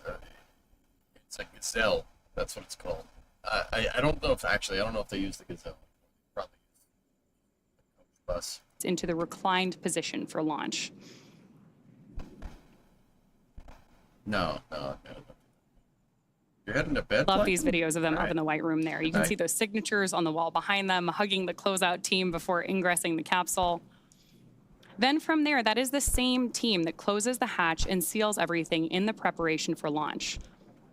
Right now, we are still waiting on those final weather checks coming up, but prop load has begun. So all of that brought us through the confirmations we've been listening to, the check-ins, confirming that the crew arm is stowed, and of course, as we were listening so intently for earlier today, that our launch escape system is armed. With that, we are just over 31 minutes away from today's liftoff. Incredible. That White Room is got a lot of history in it already. And lots more to come, which is really exciting. Yes, we are just adding another chapter to this storied location. That 39A has got so much history already. Yeah. These guys know. So, of course, everything about today is really timelined down to the minute. As we were talking about earlier today, the crew wake up all the way through launch. We have this kind of precise choreography that is key to our launch site execution. Each of the calls we're hearing, the visual cues that we're seeing, and that we're acknowledging to you who are joining us from around the world, serve as critical synchronization. Stage 1, cryohelium loading. Okay, here we go. There's confirmation there that we're loading the cryohelium on board stage 1 of Falcon 9. And each of these milestones are critical synchronization points for both the ground and crew teams. As they say, slow is smooth and smooth is fast. Otters. It's hard to believe that it's been 5 years since Dragon radically changed how humanity gets to space. After the space shuttle program ended in 2011, NASA astronauts primarily used the Russian Soyuz space. Is this right here? Spacecraft for This guy? travel Solar to the panels. International Space Station. Solar Until panels are on the side. 2020, Dragon was the only, the Russian Soyuz spacecraft was the only human-capable launch vehicle available. Meanwhile, SpaceX's Dragon was being developed, and then in 2010, it became the first commercial spacecraft to be recovered from orbit. In fact, just for fun, because it's cool to know, the Dragon that flew on that first commercial mission is actually the one hanging behind us here in front of Mission Control in Hawthorne. Since then, Dragon has supported 17 human spaceflight missions and flown 66 crew members representing 17 countries. I've never seen Overall, that before, Dragon has Squeaky. I flown don't know what 52 missions, carrying over 1,000 experiments and over 300,000 pounds of cargo to space. And each of those missions represents a host of firsts that have helped shape this generation of spaceflight. To fully appreciate the progress being made together with SpaceX and NASA, it's worth noting that Axiom Space's 3 missions to date have helped provide greater access for nations and researchers, setting new precedents for private astronaut efforts aboard the International Space Station. And AX-4 adds to that growing flight heritage. After successful liftoff and orbital insertion, the AX-4 crew are set to rendezvous and dock with the International Space Station tomorrow. They'll spend approximately 14 days aboard the orbiting laboratory, bringing the occupancy count up to 11. And over the last 10 months, this crew has been working with instructors to learn every system they will be working with on station. They have studied and practiced every experiment. What's the difference between a Dragon's trunk and like a service module? The trunk is just basically, it's more of a stage adapter. All it does is it's just basically a cylinder. Now Dragon 2 has some wings on it and stuff, right? But it's basically a cylinder, and then on this side of the cylinder you have your radiators, and on that side you have solar panels. This keeps the spacecraft cool, and that generates power right there. Dragon doesn't really have a detachable service module. But if you look at Dragon's design right here, Dragon is kind of an oblong capsule. It's not like this is space. I'm in space. Capsule that looks like this. It's kind of oblong. The reason why it's oblong, guys, is because Dragon's service module is reusable. It's built into the bottom of the capsule. The service module and the crew tank are one integrated thing with Dragon. That's why Dragon, for instance, needs 4 chutes to Starliner's 3. Because it is a heavy capsule. It's a big capsule because it brings back all your thrusters. Your service module comes back. It's behind the heat shield. Fluffy gifted 2 subs. Thank you. Dude, will you stream the docking tomorrow? Depends on what time it happens, but yeah, sure. Yeah, Viper, I'm getting to the end of my rope here, but we're at 13.5 hours. It's no problem. So yeah, the trunk looks kind of like a service module, guys, but it ain't no service module. It has solar panels, it has some wings on it, and then some radiators, and that's it. Now, on the cargo versions of Dragon, you can carry stuff inside of the trunk. You could carry experiments for the ISS that are bigger than can fit inside Dragon, and the arm will pull it out of the trunk when it docks. But the crew missions usually don't carry anything in the trunk. However, there has been 2 Crew Dragon missions with payloads in the trunk. The Inspiration, Polaris Dawn and From 2, those 2 missions had what's called a Starlink laser in the background, where they basically made a Starlink antenna. They put a Starlink antenna in Dragon's trunk, and those missions had access to Starlink, which is pretty cool, because Dragon doesn't have that capability out of the box. It was designed before Starlink existed. They solved the wind issue? Yep, Porteous. We're solved fueling it. They should be fueling up this thing right now. Let's keep an eye on the gravity levels here in Hawthorne. So far, pretty stable. Yeah, all systems nominal, I would say. Very, very nominal. Yes. So as we await our T-0 in a little bit more than... Dragon, are the thrusters powered by that toxic stuff, similar to my grandma's Aquanet hairspray. Dragon is using monomethyl hydrazine and nitrogen tetroxide. So it's hypergolic thrusters. Yeah, it's the reason why they use those weird chemicals up there for thrusters is because those chemicals don't decompose to up in space for long periods of time. So basically your fuel stays fuel. It's not like liquid oxygen, right, which will boil off after a certain amount of time. So Dragon is using NTO and MMH. That's the slang term for it. These propellants are called hypergolic propellants. What happens when those hypergol, when NTO and MMH contact, when they come into contact with each other, they explode. You ever seen Die Hard 3? Kind of like that. Only don't go near them. NTO and MMH are very toxic. But because they provide the combustion, your means for combustion, that also means that you can make your thrusters, well, A, you can make the fuel in the tanks last a long time, like I said, and B, your thruster design is very simple. The thrusters on Dragon, the Draco thrusters and the Super Draco thrusters, are not very complicated. They're basically 2 fuel injectors and a pressure-fed system. It's a system that's back pressurized with helium. It's already on and it's already pressurized because they pressurized it to arm the Draco engine, the Super Draco engines for the launch escape system. But yeah, the thrusters are very simple. There's just 2 fuel injectors, one's an oxidizer injector, and they just click open and close. And when they do, when each one of them do, because they're back pressurized, like fuel injection in a car, they spray a little bit of propellant, NTO and MMH, into a little mini rocket engine called a Draco. And the propellants combine, they explode. They do rocket engine does rocket engine things, and you got a little thruster.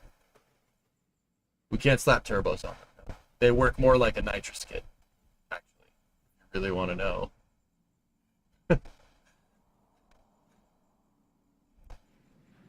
Shortly before 8 minutes into our mission.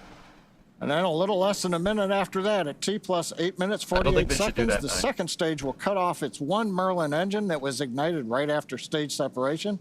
That concludes... Composite overwrap pressure vessels are all inside of Dragon. Dragon has, oh boy, 1, 2, 3, 4, 5, 6 pressure vessels, I think. 6 COPVs. 2 NTO tanks, 2 MMH tanks, and 2 helium tanks. Yeah, I'm pretty sure that's it. They might have clustered the fuel tanks a little bit different than that. But yeah, COPVs are all over this thing. Yeah, inside of Dragon. They're basically sitting on them. Here, I can show you. I'll get that information. Give me 1 second. T plus 15 minutes, exposing Dragon's docking mechanism in advance of arrival at the International Space Station. Speaking of which, we should hand it back now to Sandra Jones at NASA's Mission Control Center in Houston, Texas, for a quick update. Sandra? Thanks, Ronnie. The space station team here in Houston is focused on the critical systems of the International Space Station, all continuing to function as expected ahead of launch. Everything is looking good, and the station will be ready to receive Dragon and the AXIOM-4 crew on Thursday. After Dragon is fully docked to the orbiting laboratory, the team here in Houston will assist the Axiom Space and Space Station astronauts with leak checks as they work to open hatches on both Dragon and inside the station's pressurized mating adapter. We expect hatch opening to take place approximately 2 hours after docking. Once the AXIOM-4 crew arrives at the International Space Station, they will be greeted by the Expedition 73 crew, which includes NASA astronauts Nicole Ayers, Anne McClain, and Johnny Kim, as well as JAXA, or Japan Aerospace Exploration Agency astronaut Takoya Onishi, and Roscosmos cosmonauts Kirill Peskov, Sergei Ryzhikov, and Alexei Zubritsky. Flight Director Heidi Brewer is on console right now, leading the flight controllers for launch this evening. And with Mission Control in Houston go for launch, for now, we'll send it back over to Sonia at Kennedy. So you're saying, Luca, you're asking, liquid methane and liquid oxygen are not hypergolic. What do you think was the ignition source? Probably something that was hot. Yeah. COPV depressurized, it blew the methane tank, and it probably found a loose wire, a wire that got severed, and the wire shorted out, probably sparked, probably blew the whole thing up. P2, Sonia. So this mission is chock. What theoretically could replace COPVs? A physics-breaking advancement in material science. Really fun life sciences experiments looking at growing plants and all kinds. We have some physical sciences. I like Block 5K. Technology demonstrations. And my favorite, lots of science, technology, engineering, art, and mathematics outreach events. All the STEAM things. Exactly. So we've had great success with AX1, 2, 3. Do we have any return payload flyers for AX4? We do. We have our partners at the University of California, San Diego and the Sanford Stem Cell Institute flying their cancer cells in low Earth orbit for the 4th time with AXIOM. So this team is actually looking at how the cancer cells respond to space. And on this mission, they're actually testing a newly approved drug that's just about to enter clinical trials. Amazing. So really exciting. So let's take just a brief look at each of the country's portfolios. Let's start at the head. At the top, okay, off we go. So we're going to bring on our willing participant who is going to model, our lovely assistant who is going to model one of the experiments from this portfolio. So Israel here is wearing a functional near-infrared spectroscopy cap, which has optodes in the top, which can actually look at how blood is moving around, which is a correlate for neural activity. You want me to make a donation? Monitor brain activity. The Coast Guard Youth Auxiliary. What the team is doing is looking at these signals and how they're going to collect the data. And they're actually creating what they're calling a brain-computer interface or a brain-machine interface, which could be really interesting and useful not only for future exploration missions, but also for applications back here on Earth. So, for example, for rehabilitation after neurological disorders. And which country's portfolio is this from? This is from ESA and the Polish Space Agency. Amazing. So what is ISRO doing? What's their portfolio look like? So ISRO has a very, very busy portfolio. So Shooks is going to be doing lots and lots of research throughout the mission. So their team is going to be looking at cyanobacteria and microalgae, and they're going to be looking at how these could be used for food or for fuel or for potentially even life support systems on orbit in future. The team is also looking at muscle cells. They're seeing how muscle cells respond to access to microgravity. So when the human goes into space and there are changes, physiological changes that happen very quickly that can impact the muscle cells. And so the team is going to be looking at some of these changes to muscle cells in space and then applying that understanding not only to developing countermeasures for future crew, but also to take that learning and then understand more about diseases that might affect muscle wasting back here on Earth. I wish that this was on so we could see if anything was lighting up with Israel. Thank you so much for helping with this. I'm going to turn this way and I'm going to get the Dyros B project. Israel, thanks for joining us here, showing off the headset there. This is fascinating. While I manipulate this, like they're going to do in space, which basically makes me an astronaut, I'm going to also hum Bach. You should do. So this is a project from Hunor flying this research. And this is actually looking at fluid dynamics in space. So we've put this tape on for artistic purposes. Tibor will not have this disco tape on orbit. But in space, what is going to happen is this will be surrounded by a ball of water that's going to have microparticles embedded in it. And as a video is recording and he's turning the handle... To music. To music, exactly. The tempo at which he's turning the handle is going to increase, not too much, as he's listening to Bach. So he's going to know exactly how fast to turn the handle. And so the insight from research like this is going to help us understand some of the fluid dynamics around large bodies such as Saturn in our own solar system. So it's not just for fun. It's not just for fun. It's all very important. If there is a researcher who's watching now and says, I've got research that I want to get into low Earth orbit, how do they do that? They come talk to us. Go onto the website, get in touch, and we'd love to fly more research like this and do more cool science in space. Such cool science. Thank you so much, Lucy, for making it just understandable for the general public. It's the goose meme. Whose research is that? That's an egg beater. Whose research is that, Axiom? It's very exciting, and the families and friends want to be here, but some of them couldn't. So we want to share with you now just a little taste of the friends and family who are cheering on the entire AX4 crew. Peggy, Shooks, Swa, and Tibor. A great group of teammates who are doing great things for their countries, and here are the folks who have been supporting them all along the way. That we didn't invite. What? Sorry. The dude's sitting there like... On behalf of the Axiom Mission Operations team, we're wishing you a safe, productive, and fun mission. Go AX4. You are our hero. Tara api prapiante. Cześć Sławosz, kochany synu. Jesteśmy z ciebie bardzo dumni. Kisfiam, büszkék vagyunk rá. Leo Saturn 5. Vissza. Nagyon szeretünk. Hi, Shooks. We are super excited about your visit to space. Come back triumphant. We'll all be cheering for you the whole while that you're there. Good luck!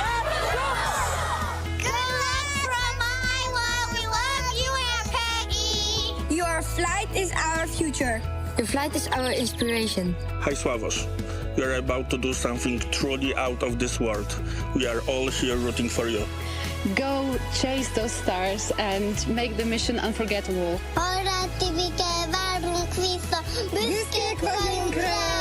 Hey, Shubs! Wishing you all the strength, courage, and wonder as you embark on this extraordinary mission beyond our world. Szia, Tibike! Sok sikert kívánunk a küldetéshez, várunk haza! Nyugi, nem lesz semmi zűr, irány az űr! Hi, Sławosz. We are so proud of you. Seeing you make your dreams come true is just amazing. Enjoy the adventure. Earth is waiting for you. Going is go! Going is go! Hi, Shuks. Wishing you a safe and inspiring journey beyond the stars. You make us proud. The sky is no longer the limit. We are incredibly proud of you. Go to space. Have fun. Make history. Come back safely. We are waiting for you. Hey, Shuks, you're gonna be doing just great in space. Rock on, man. Rock on! Go AXIOM-4! Go AX4!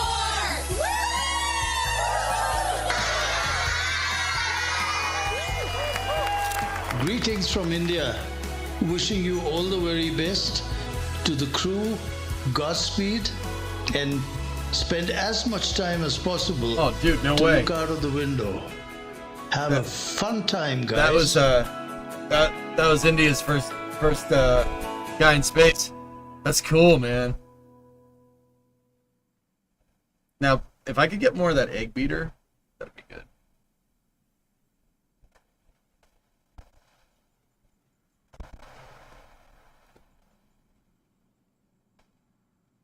Sonia, thank you so much. What great commentary from Lucy and all of those portfolios coming together. We're excited to see this team get to work on station. And as we know, spaceflight has a rich history of traditions. We've spoken of about a few, from the zero-G indicator to others.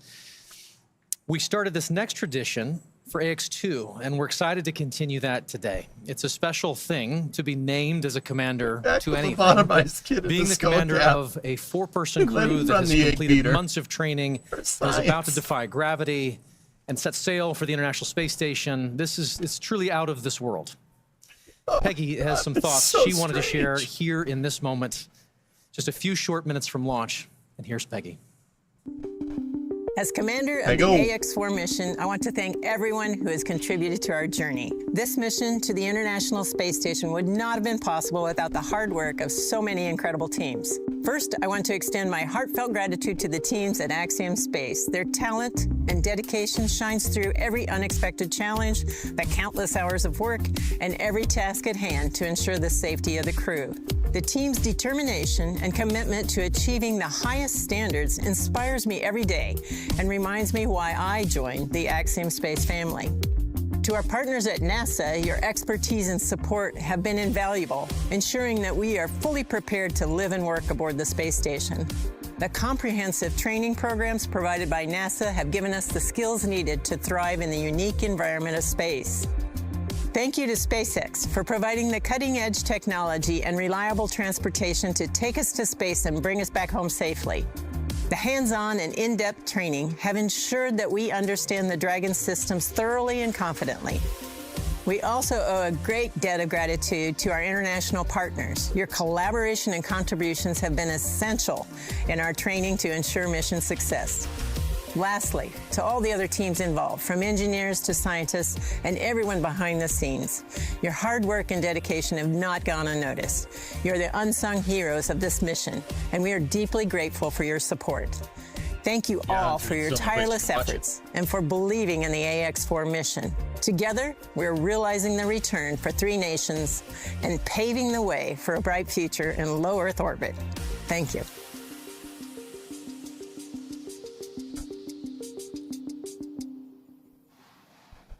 Awesome words from our commander there. And of course, with that, we are just under T-minus 11 minutes until our liftoff at 2:31 a.m. Eastern today from Launch Complex 39A at Kennedy Space Center. Just in case you are just joining us right now on your screen, you have a live view of Falcon 9 with our AX4 crew safely tucked in the Dragon space capsule atop the vehicle. At this point, we are coming up on terminal count. Our crew access arm has been moved out of the way, and our launch escape system is armed. And we are standing by for that final process by which we step into our terminal count, get ready, Dragon and Falcon for liftoff. Minus 10 minutes. Dragon, Spacex, confirm crew displays are configured for launch. All right. Why so early in the day? The displays are configured for launch, and the AXIOM-4 crew would like to thank the incredible teams that have made this moment possible. To the Axiom Space Team, you've poured your hearts into this mission. Your passion and dedication have lifted us higher. We wear this patch with pride because of you. To NASA, thank you for the decades of knowledge, the training, and the trust. You've shaped generations of explorers, and we're honored to carry that legacy forward. To SpaceX, thank you for giving us the wings to fly and the confidence for a safe return home. And to our international partners, thank you for standing with us across borders, united by shared purpose. And to every person behind the scenes, engineers, trainers, families, and friends, you are the quiet force behind this mission. We carry the hopes of many with us. As we realize the return, we will bring those hopes home to you. Thank you. Hey, home, what's going on? Peggy, Shukes, Sław, Tibor, from all of us that are staying here on the ground, we look forward to your mission. All the hard work from our teams culminates here, so good luck, enjoy the ride, and science the heck out of all your experiments. Science the heck out of this one. Wilco. And a Wilco from Peggy Whitson. We're coming up on the T-minus 8-minute mark. Next major event that'll be occurring on the Falcon 9 is the engine chill event. That happens at T-minus 7 minutes. We open the pre-valves, feeding both the RP-1 kerosene fuel as well as the liquid oxygen. And that'll go to the Merlin 1D engines. The liquid oxygen, we actually open a valve and we allow some of it to bleed off overboard out into the warm Florida air here in the early morning. And that'll begin chilling in the turbo pumps on those 9 Merlin engines to get ready for 1 week. So guys, what I'm going to do, I don't want to, if you're unsubscribed on Twitch, you're going to see an ad. You'll see like pre-roll ads and stuff. I'm going to run ads right now. So you don't get ads if you're not subbed. Don't get me wrong, I ain't asking for subs. We're not doing that. I'll run ads for you now, so the pre-roll ads pop up, so you don't get ads during Ascent, because nothing would piss me off more than being like, oh crap, something's launching, let me click on this stream, oh, here's an ad. That's annoying. So I'm going to run them now, and I'll see you on the other side.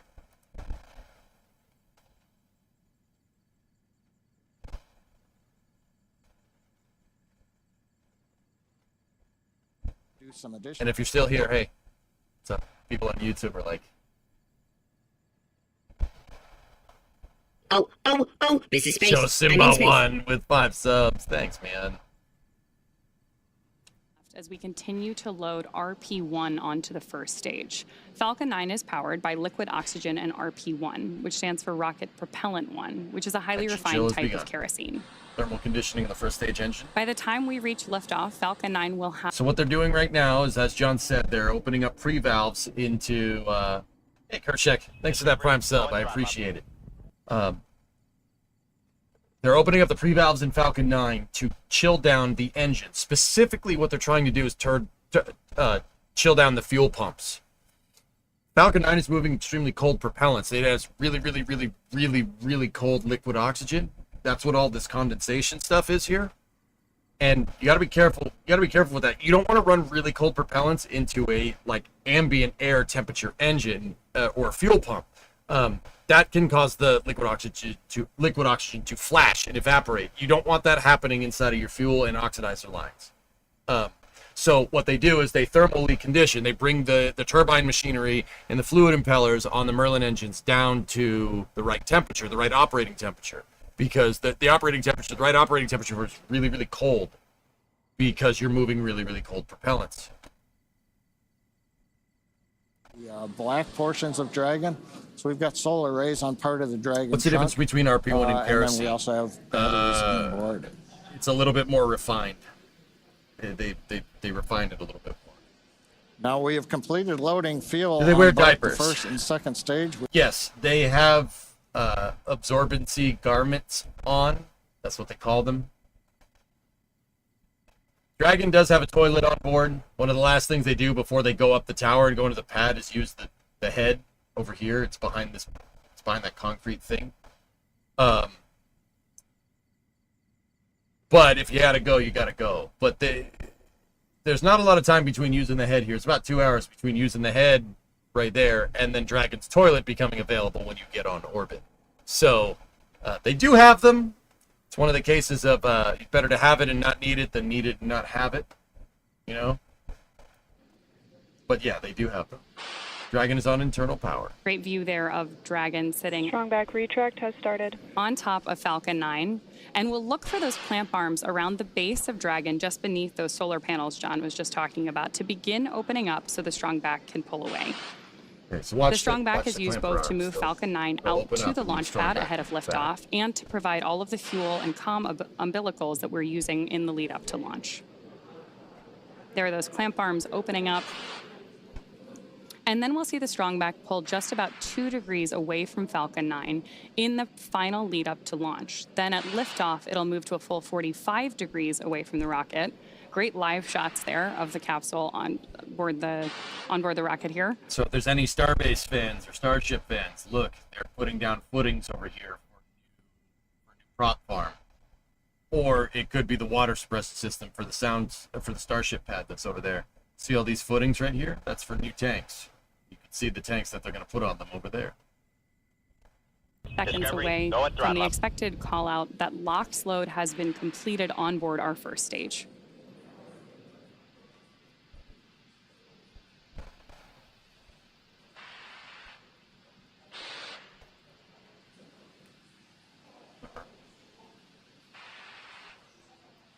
As we mentioned earlier, that mist forming around the outside of Falcon 9 is totally normal. That's just some of that, Stage 1, LOX load complete. 3 minutes. some of that liquid oxygen that has now been fully loaded on board to stage 1, venting out into the warm Florida air and condensing into clouds.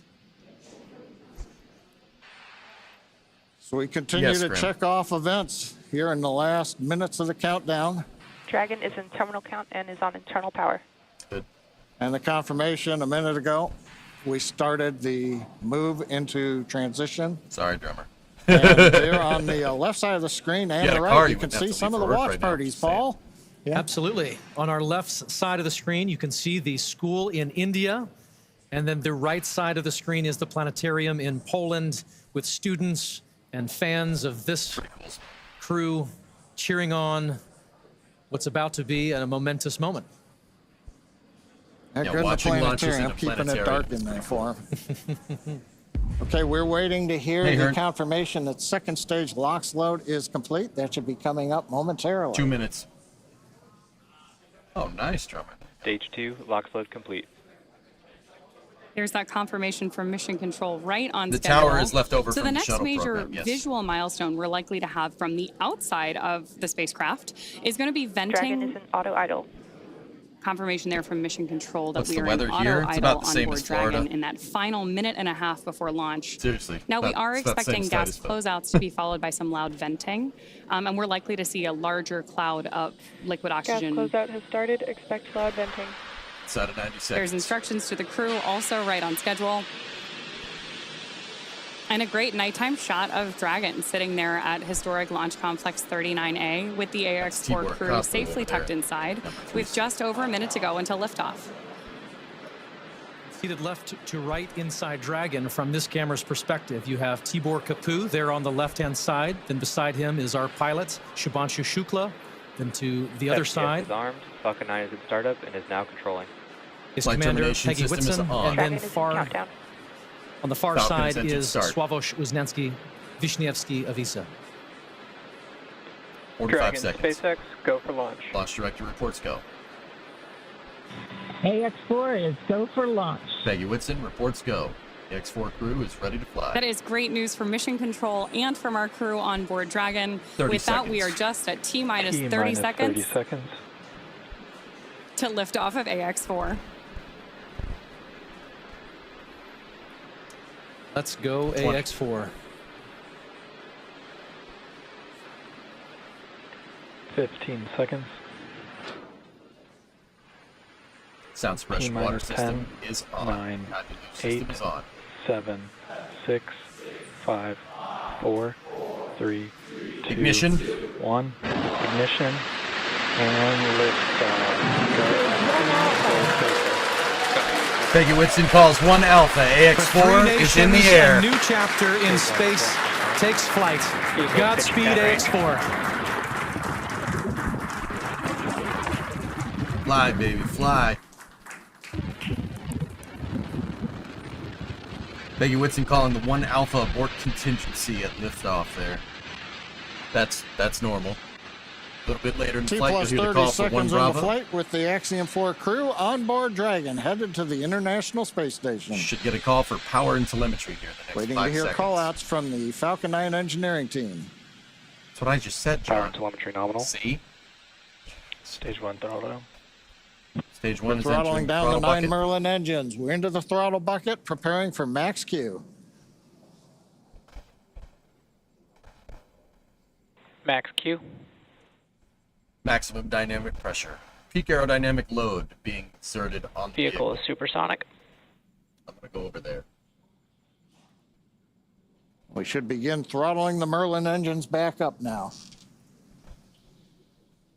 Stage 1 throttle up. Okay, throttling back up. That fire traveling up the side of the vehicle is completely normal. Mission Don't control worry about that. confirming Stage 1 Bravo. That happens. that throttle up, and we Copy are 1 Bravo. hearing our commander Peggy Whitson call out the first abort mode. Each of these are a 90 specific seconds phase at where if for any 2.4 reason we had an G in-flight acceleration. Jack chill abort, underway. Second Dragon stage thermal would conditioning is abort to a happening. safe location. Started. So we're going to call out each of those milestones. There was the call for 1 Bravo. We just heard it Also there. just heard the call out for MVAC chill. We're going to trickle just a little bit of liquid oxygen now into the turbo pumps on board our Merlin vacuum engine on stage 2 in preparation It's for an RTLS second drummer. engine start 1, which will of course be shortly after stage separation.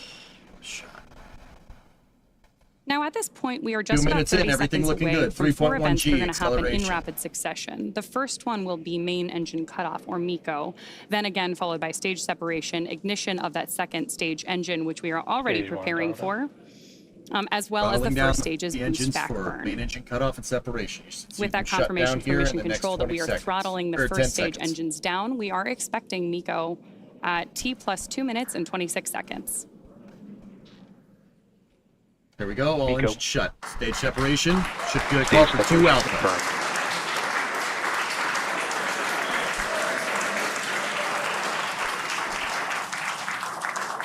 Stage 1 boost back startup. Like that. Back ignition. There we had confirmation First of all stage. 4 of those Relighting events. its engines, turning around. Incredible news on your screen here too, as that boost back, Let's go. that first That's stage boosts its awesome. way back to Earth. Stage 2 Alpha. 2 Alpha And call for confirmation from Peggy our Whitson. That's commander badass, entered man. the 2 Alpha abort mode. You see the stage turn? Of course, we're getting lots It's of coming cheers back from to behind us here land. at Mission Control here in Hawthorne, California That was as well. sick. Oh, And that at was this so point, worth it. Our AX4 crew is on their way to space. The view you have on your screen right now is our MVAC engine burning for that second engine first burn. We're expecting that SECO here, second engine cutoff, which will likely be called out over the nets as SECO in just a couple of minutes. Should get a call here in the next minute for 2 Bravo. Stage 1 boost back shut down. Stage 1 shutting its first Confirmation stage that the engines boost off. back burn on our first stage booster is now She's gonna complete, come back and the down to booster land, is back heading to gig. back toward the Florida coast to attempt a landing at LZ1. At this point, stage 1 is actually still coasting to apogee. We're about to deploy those grid fins so that we can steer the vehicle as it enters the Earth's atmosphere. Dragon, SpaceX, nominal trajectory. And that call out from Mission Control means Dragon that copies. Nominal trajectory. everything is right on track. Right down the pipe, dude. T plus 4 minutes, everything continuing to go well, and we've got our first view of the crew. They're inside. Watching people Dragon. getting launched into space. Second stage continuing to fire. Pretty smooth ride, right? It's not. Right it now, ain't gonna be second smooth. stage, just a further little in the bit more ascent. than 1 It's G. gonna There's so much propellant that even push with you a in. 220,000 pound thrust engine, takes a while before the G loads start to build up during the second stage That's flight. right. The rocket engine throttle stays the same. Meanwhile, the rocket drains all the first fuel stage and continuing oxidizer. to coast So up to thrust staying the apogee, same. and You're draining the fuel. actually The now, as you can G-force see gets on really the bad bottom left when of you the get monitors, the closer you get to we have begun second coming stage back engine down. cutoff. It takes a couple minutes to go up, couple minutes to come back down. That first stage heading back to landing zone 1 at Cape Canaveral. Yeah, very, very small G-load right now. All right. Dragon, SpaceX, nominal trajectory. He still calls Words we love to hear. Dragon copies, nominal trajectory. Peggy Whitson echoing back the call up from the ground. Now our next major event coming up will be in about 1 minute and 10 seconds. That's going to be the entry burn. That's where we're going to light a single center engine on the first stage. That's going to slow us down in preparation for entering the Earth's atmosphere again. Don't lick that. We'll then have a landing burn about 1 minute later at T plus 7 minutes and 19 seconds. Now for that one, we actually light 3 engines again. Then quickly once we've kind of jammed the brakes on, then we'll turn off 2 of the engines. We'll be down to just a single engine. Getting good views of the MVAC-D engine. There are a couple of cameras on the back of the second stage that give these views. And of course, the view inside the Dragon spacecraft showing the crew. Dragon, SpaceX, nominal trajectory. Continuing the call-outs right on time. Dragon copies, nominal trajectory. They're reporting nominal. Now, right now, as Ronnie pointed out, the grid fins have been deployed, but they're not being used. Right before the entry burn, we'll possibly see a little bit of motion if we can pick up the first stage camera. That's just to check out. It's not until we actually get through the entry burn. Stage 1 entry burn started. Time for supersonic retro propulsion, baby. And now here is entry burn call out. This is going to be about a 12-second burn. You know, that's going to slow the vehicle down. You can watch that. There it is. Very short entry you burn just on these saw return on to the launch left-hand side of sites. your screen that first stage entry burn shut down. Now watch, you should see plasma accumulating on those. Right now on your screen, we've got great views of our second stage engine, the Merlin vacuum engine, continuing to take our AX-4 crew to orbit. The next milestone for our first stage is going to be the landing burn, where we'll relight just the center engine, as John mentioned. Give me a first stage SpaceX, nominal trajectory. Come on, Jamie. Again, things we'd love to hear. Stage 1 FTS. Dragon copies, nominal trajectory. Continuing to get good communication from our crew on board Dragon. 7 minutes. Stage 1 transonic. Everything's good. Confirmation that stage 1 is now transonic on its way back to LZ1, which is 4 just kilometers about off the 9 deck miles for the away first from our stage. liftoff location today. 3. LZ1, of course, is the site of the first successful landing attempt, and hopefully it will be the second time that this particular booster sticks its landing. Got a landing burn relight. 3 engines on. Down to 1 engine. Seeing those actuating of the grid fins that John mentioned. Grid fins steering Stage 1 Falcon landing 9. deploy. Right Stage to 2 the landing FTS zone. Indeed. Oh! Stage 1 landing confirmed. Dead center. That was a picture-perfect landing. That was great. Did you hear John? That was awesome. Did you hear? Damn. So coming up next for our crew, now that we've confirmed that booster touchdown, is going to be second engine cutoff, also called out as SECO.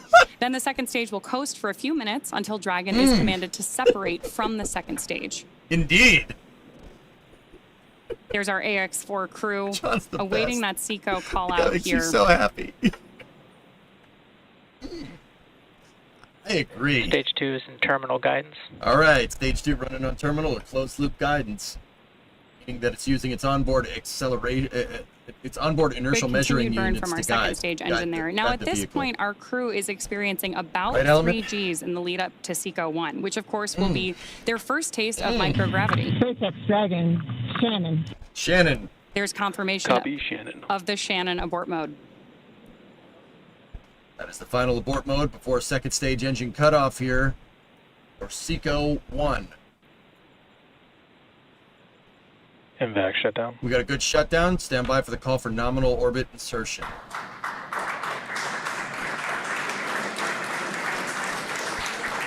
SpaceX Dragon, we have a nominal orbit insertion. Boom! 27011 at 198, right on the money, baby. Orbital insertion, SpaceX, and we had an incredible ride uphill, and now we like set our course for the International Space Station aboard the newest member of the Dragon fleet, our spacecraft named Grace. Grace is more than a name. It reflects the elegance with which we move through space against the backdrop of Earth. It speaks to the refinement of our mission, the harmony of science and spirit, and the unmerited favor we carry with humility. Grace reminds us that spaceflight is not just a feat of engineering, but an act of goodwill. benefit of every human, everywhere. Over to you, Shuk. Blanchesque système disarmed. 10 minutes into flight. Water ride. Wow. या नमस्कार मेरे प्यारे देशवासियों water ride 41 साल बाद हम वापस अंतरिक्ष में पहुंच गए हैं और कमाल की राइड थी। इस समय हम 7.5 किलोमीटर प्रति सेकंड की रफ्तार से पृथ्वी के चारों तरफ घूम रहे हैं और मेरे कंधे पे मेरे साथ मेरा तिरंगा है जो मुझे बता रहा है कि नहीं हूँ, मैं आप सबके साथ हूँ। ये मेरी इंटरनेशनल स्पेस स्टेशन तक की जर्नी की शुरुआत नहीं है, ये भारत के ह्यूमन स्पेस प्रोग्राम की शुरुआत है और मैं चाहता हूं कि आप सभी देशवासी इस यात्रा का हिस्सा बने। आपका भी सीना गर्व से चौड़ा होना चाहिए, आप भी उतना ही एक्साइटमेंट दिखाइए। आइए हम सब मिलकर भारत के इस ह्यूमन स्पेस प्रोग्राम की जर्नी की शुरुआत करें। धन्यवाद। जय हिंद, जय Bharat.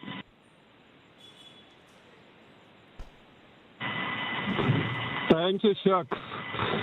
Drogie Polki i Polacy, dziś robimy ogromny krok w stronę przyszłości technologicznej Polski. Polski opartej na nauce, wiedzy i wizji. Niech ta misja będzie początkiem epoki, w której nasza odwaga i nieustępliwość kształtują nowoczesną Polskę. Dla nas i dla przyszłych pokoleń.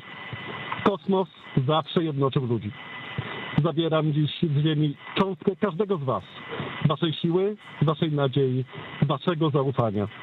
W kosmosie nie jestem sam. Reprezentuję nas wszystkich. Z całego serca dziękuję wam za zaufanie.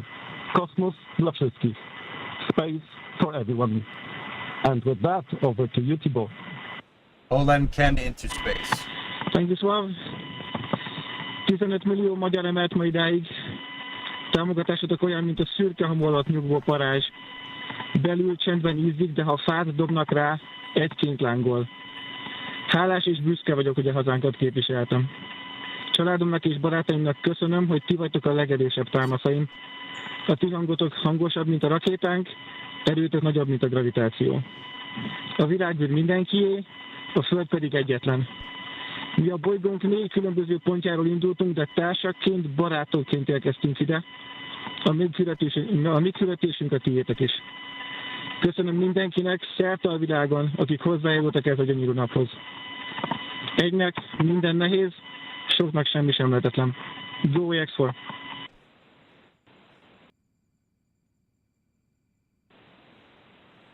You know what's crazy to me is that we can see them talking. When Shooks was speaking, I don't know what his language is. I think that was Punjab. I'm not sure.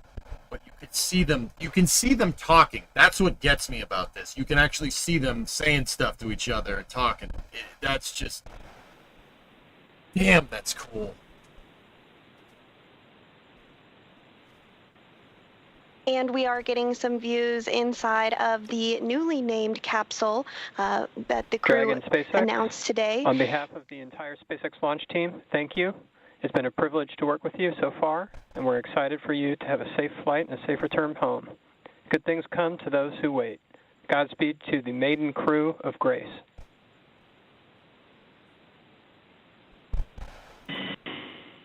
And we thank you all as well.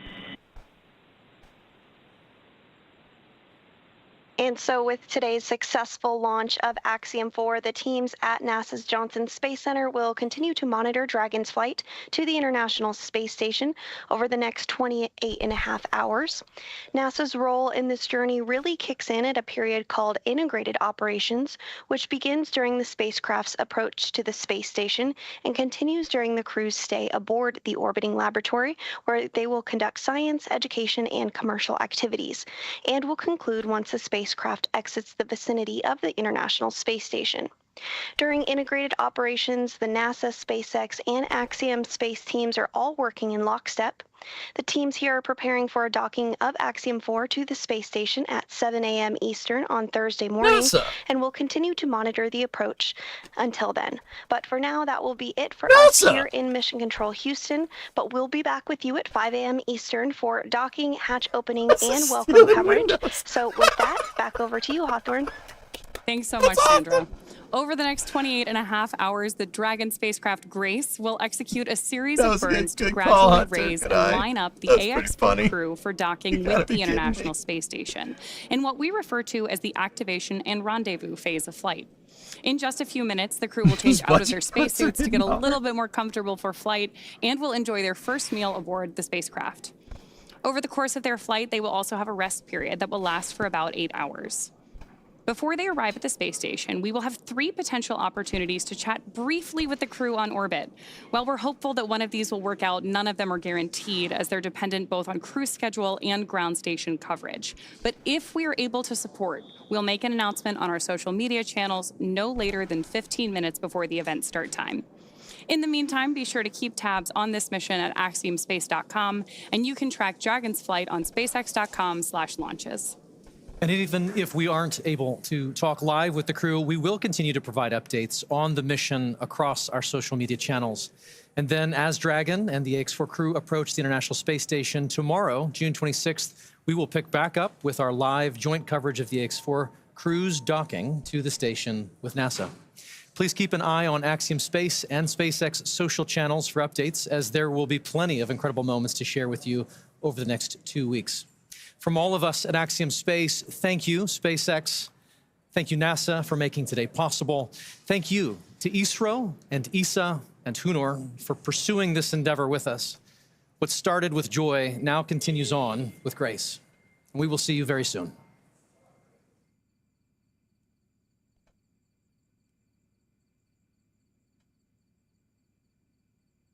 All right.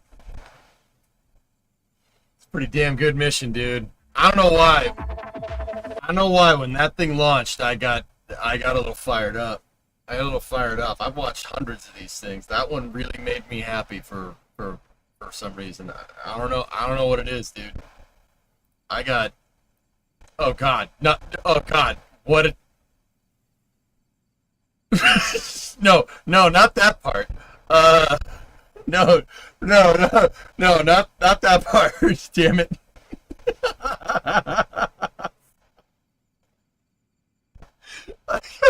That part was just weird, dude. When I saw that engine light up and I saw the thing go, I don't know, man. I got really happy. That was really cool. What was that? Don't worry about that part. Don't worry about it. Felt the freedom ring. Oh. Damn, I love rockets. Oh, they're so good, man. It's so badass, dude. Look at it. Lit up, dude. Look at all the grading that they're doing over there for the Starship pad, dude. Look, the trench is dug. Oh my goodness, are they going fast. I keep hearing Magic Carpet Ride. Yeah, right?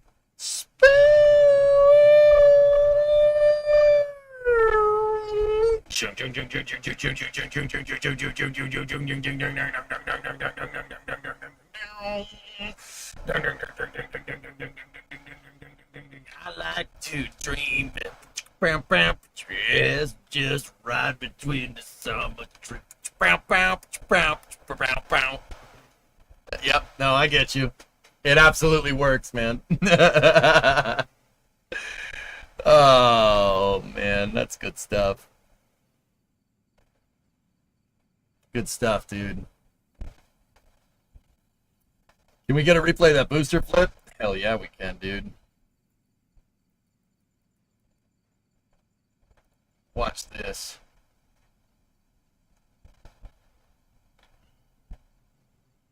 It was the Polish egg beater. Oh, John's picture is amazing. Look at, you could see all of Central Florida there, dude. You could see from the Space Coast all the way to Tampa, dude. That's unreal.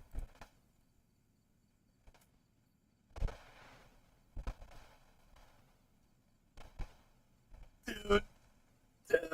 Oh, that's so good. Oh, that makes me so happy. The first stage flipped around and it turned around, right? It turned around and to come back down to land. But just the way the lighting was going on in that shot, you can actually see it flip. That's so cool, man. Oh, jeez.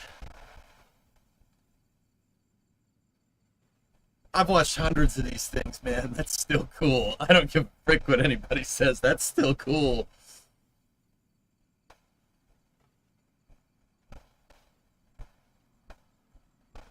Countdown is one of my favorite songs, dudes. Dude. Oh, that's badass, dude. Oh, man, that's cool.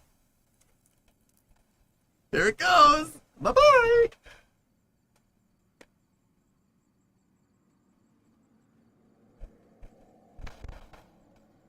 Dude.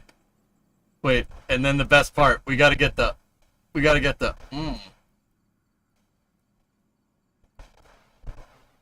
Here we go. From our liftoff location today. We gotta get... LZ1, Dude, I gotta hear that of course, is again. the site of the first successful landing attempt, and hopefully it will be the second time that this particular booster sticks its landing. What? Seeing those actuating of the grid fins that John mentioned. Stage 1 landing leg deploy. Stage 2 FTSS safed. Stage 1 landing confirmed. That was a picture-perfect landing. That was great. Absolutely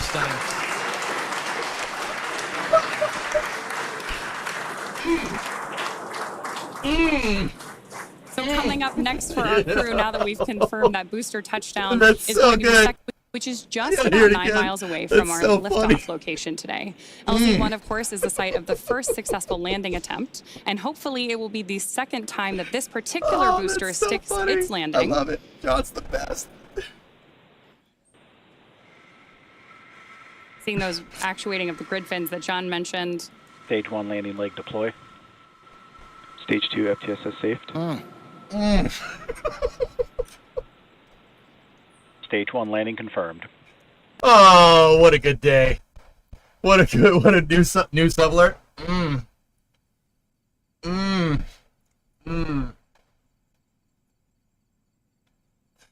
Just the satisfaction heard there. Damn. You know?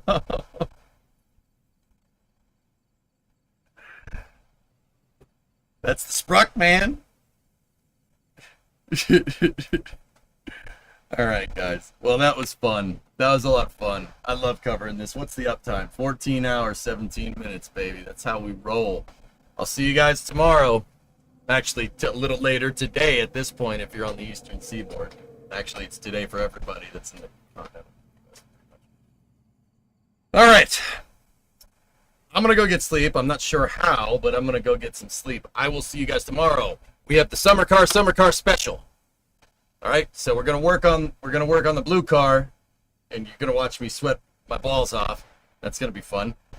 And then after that, we'll play my summer car. So the summer car special.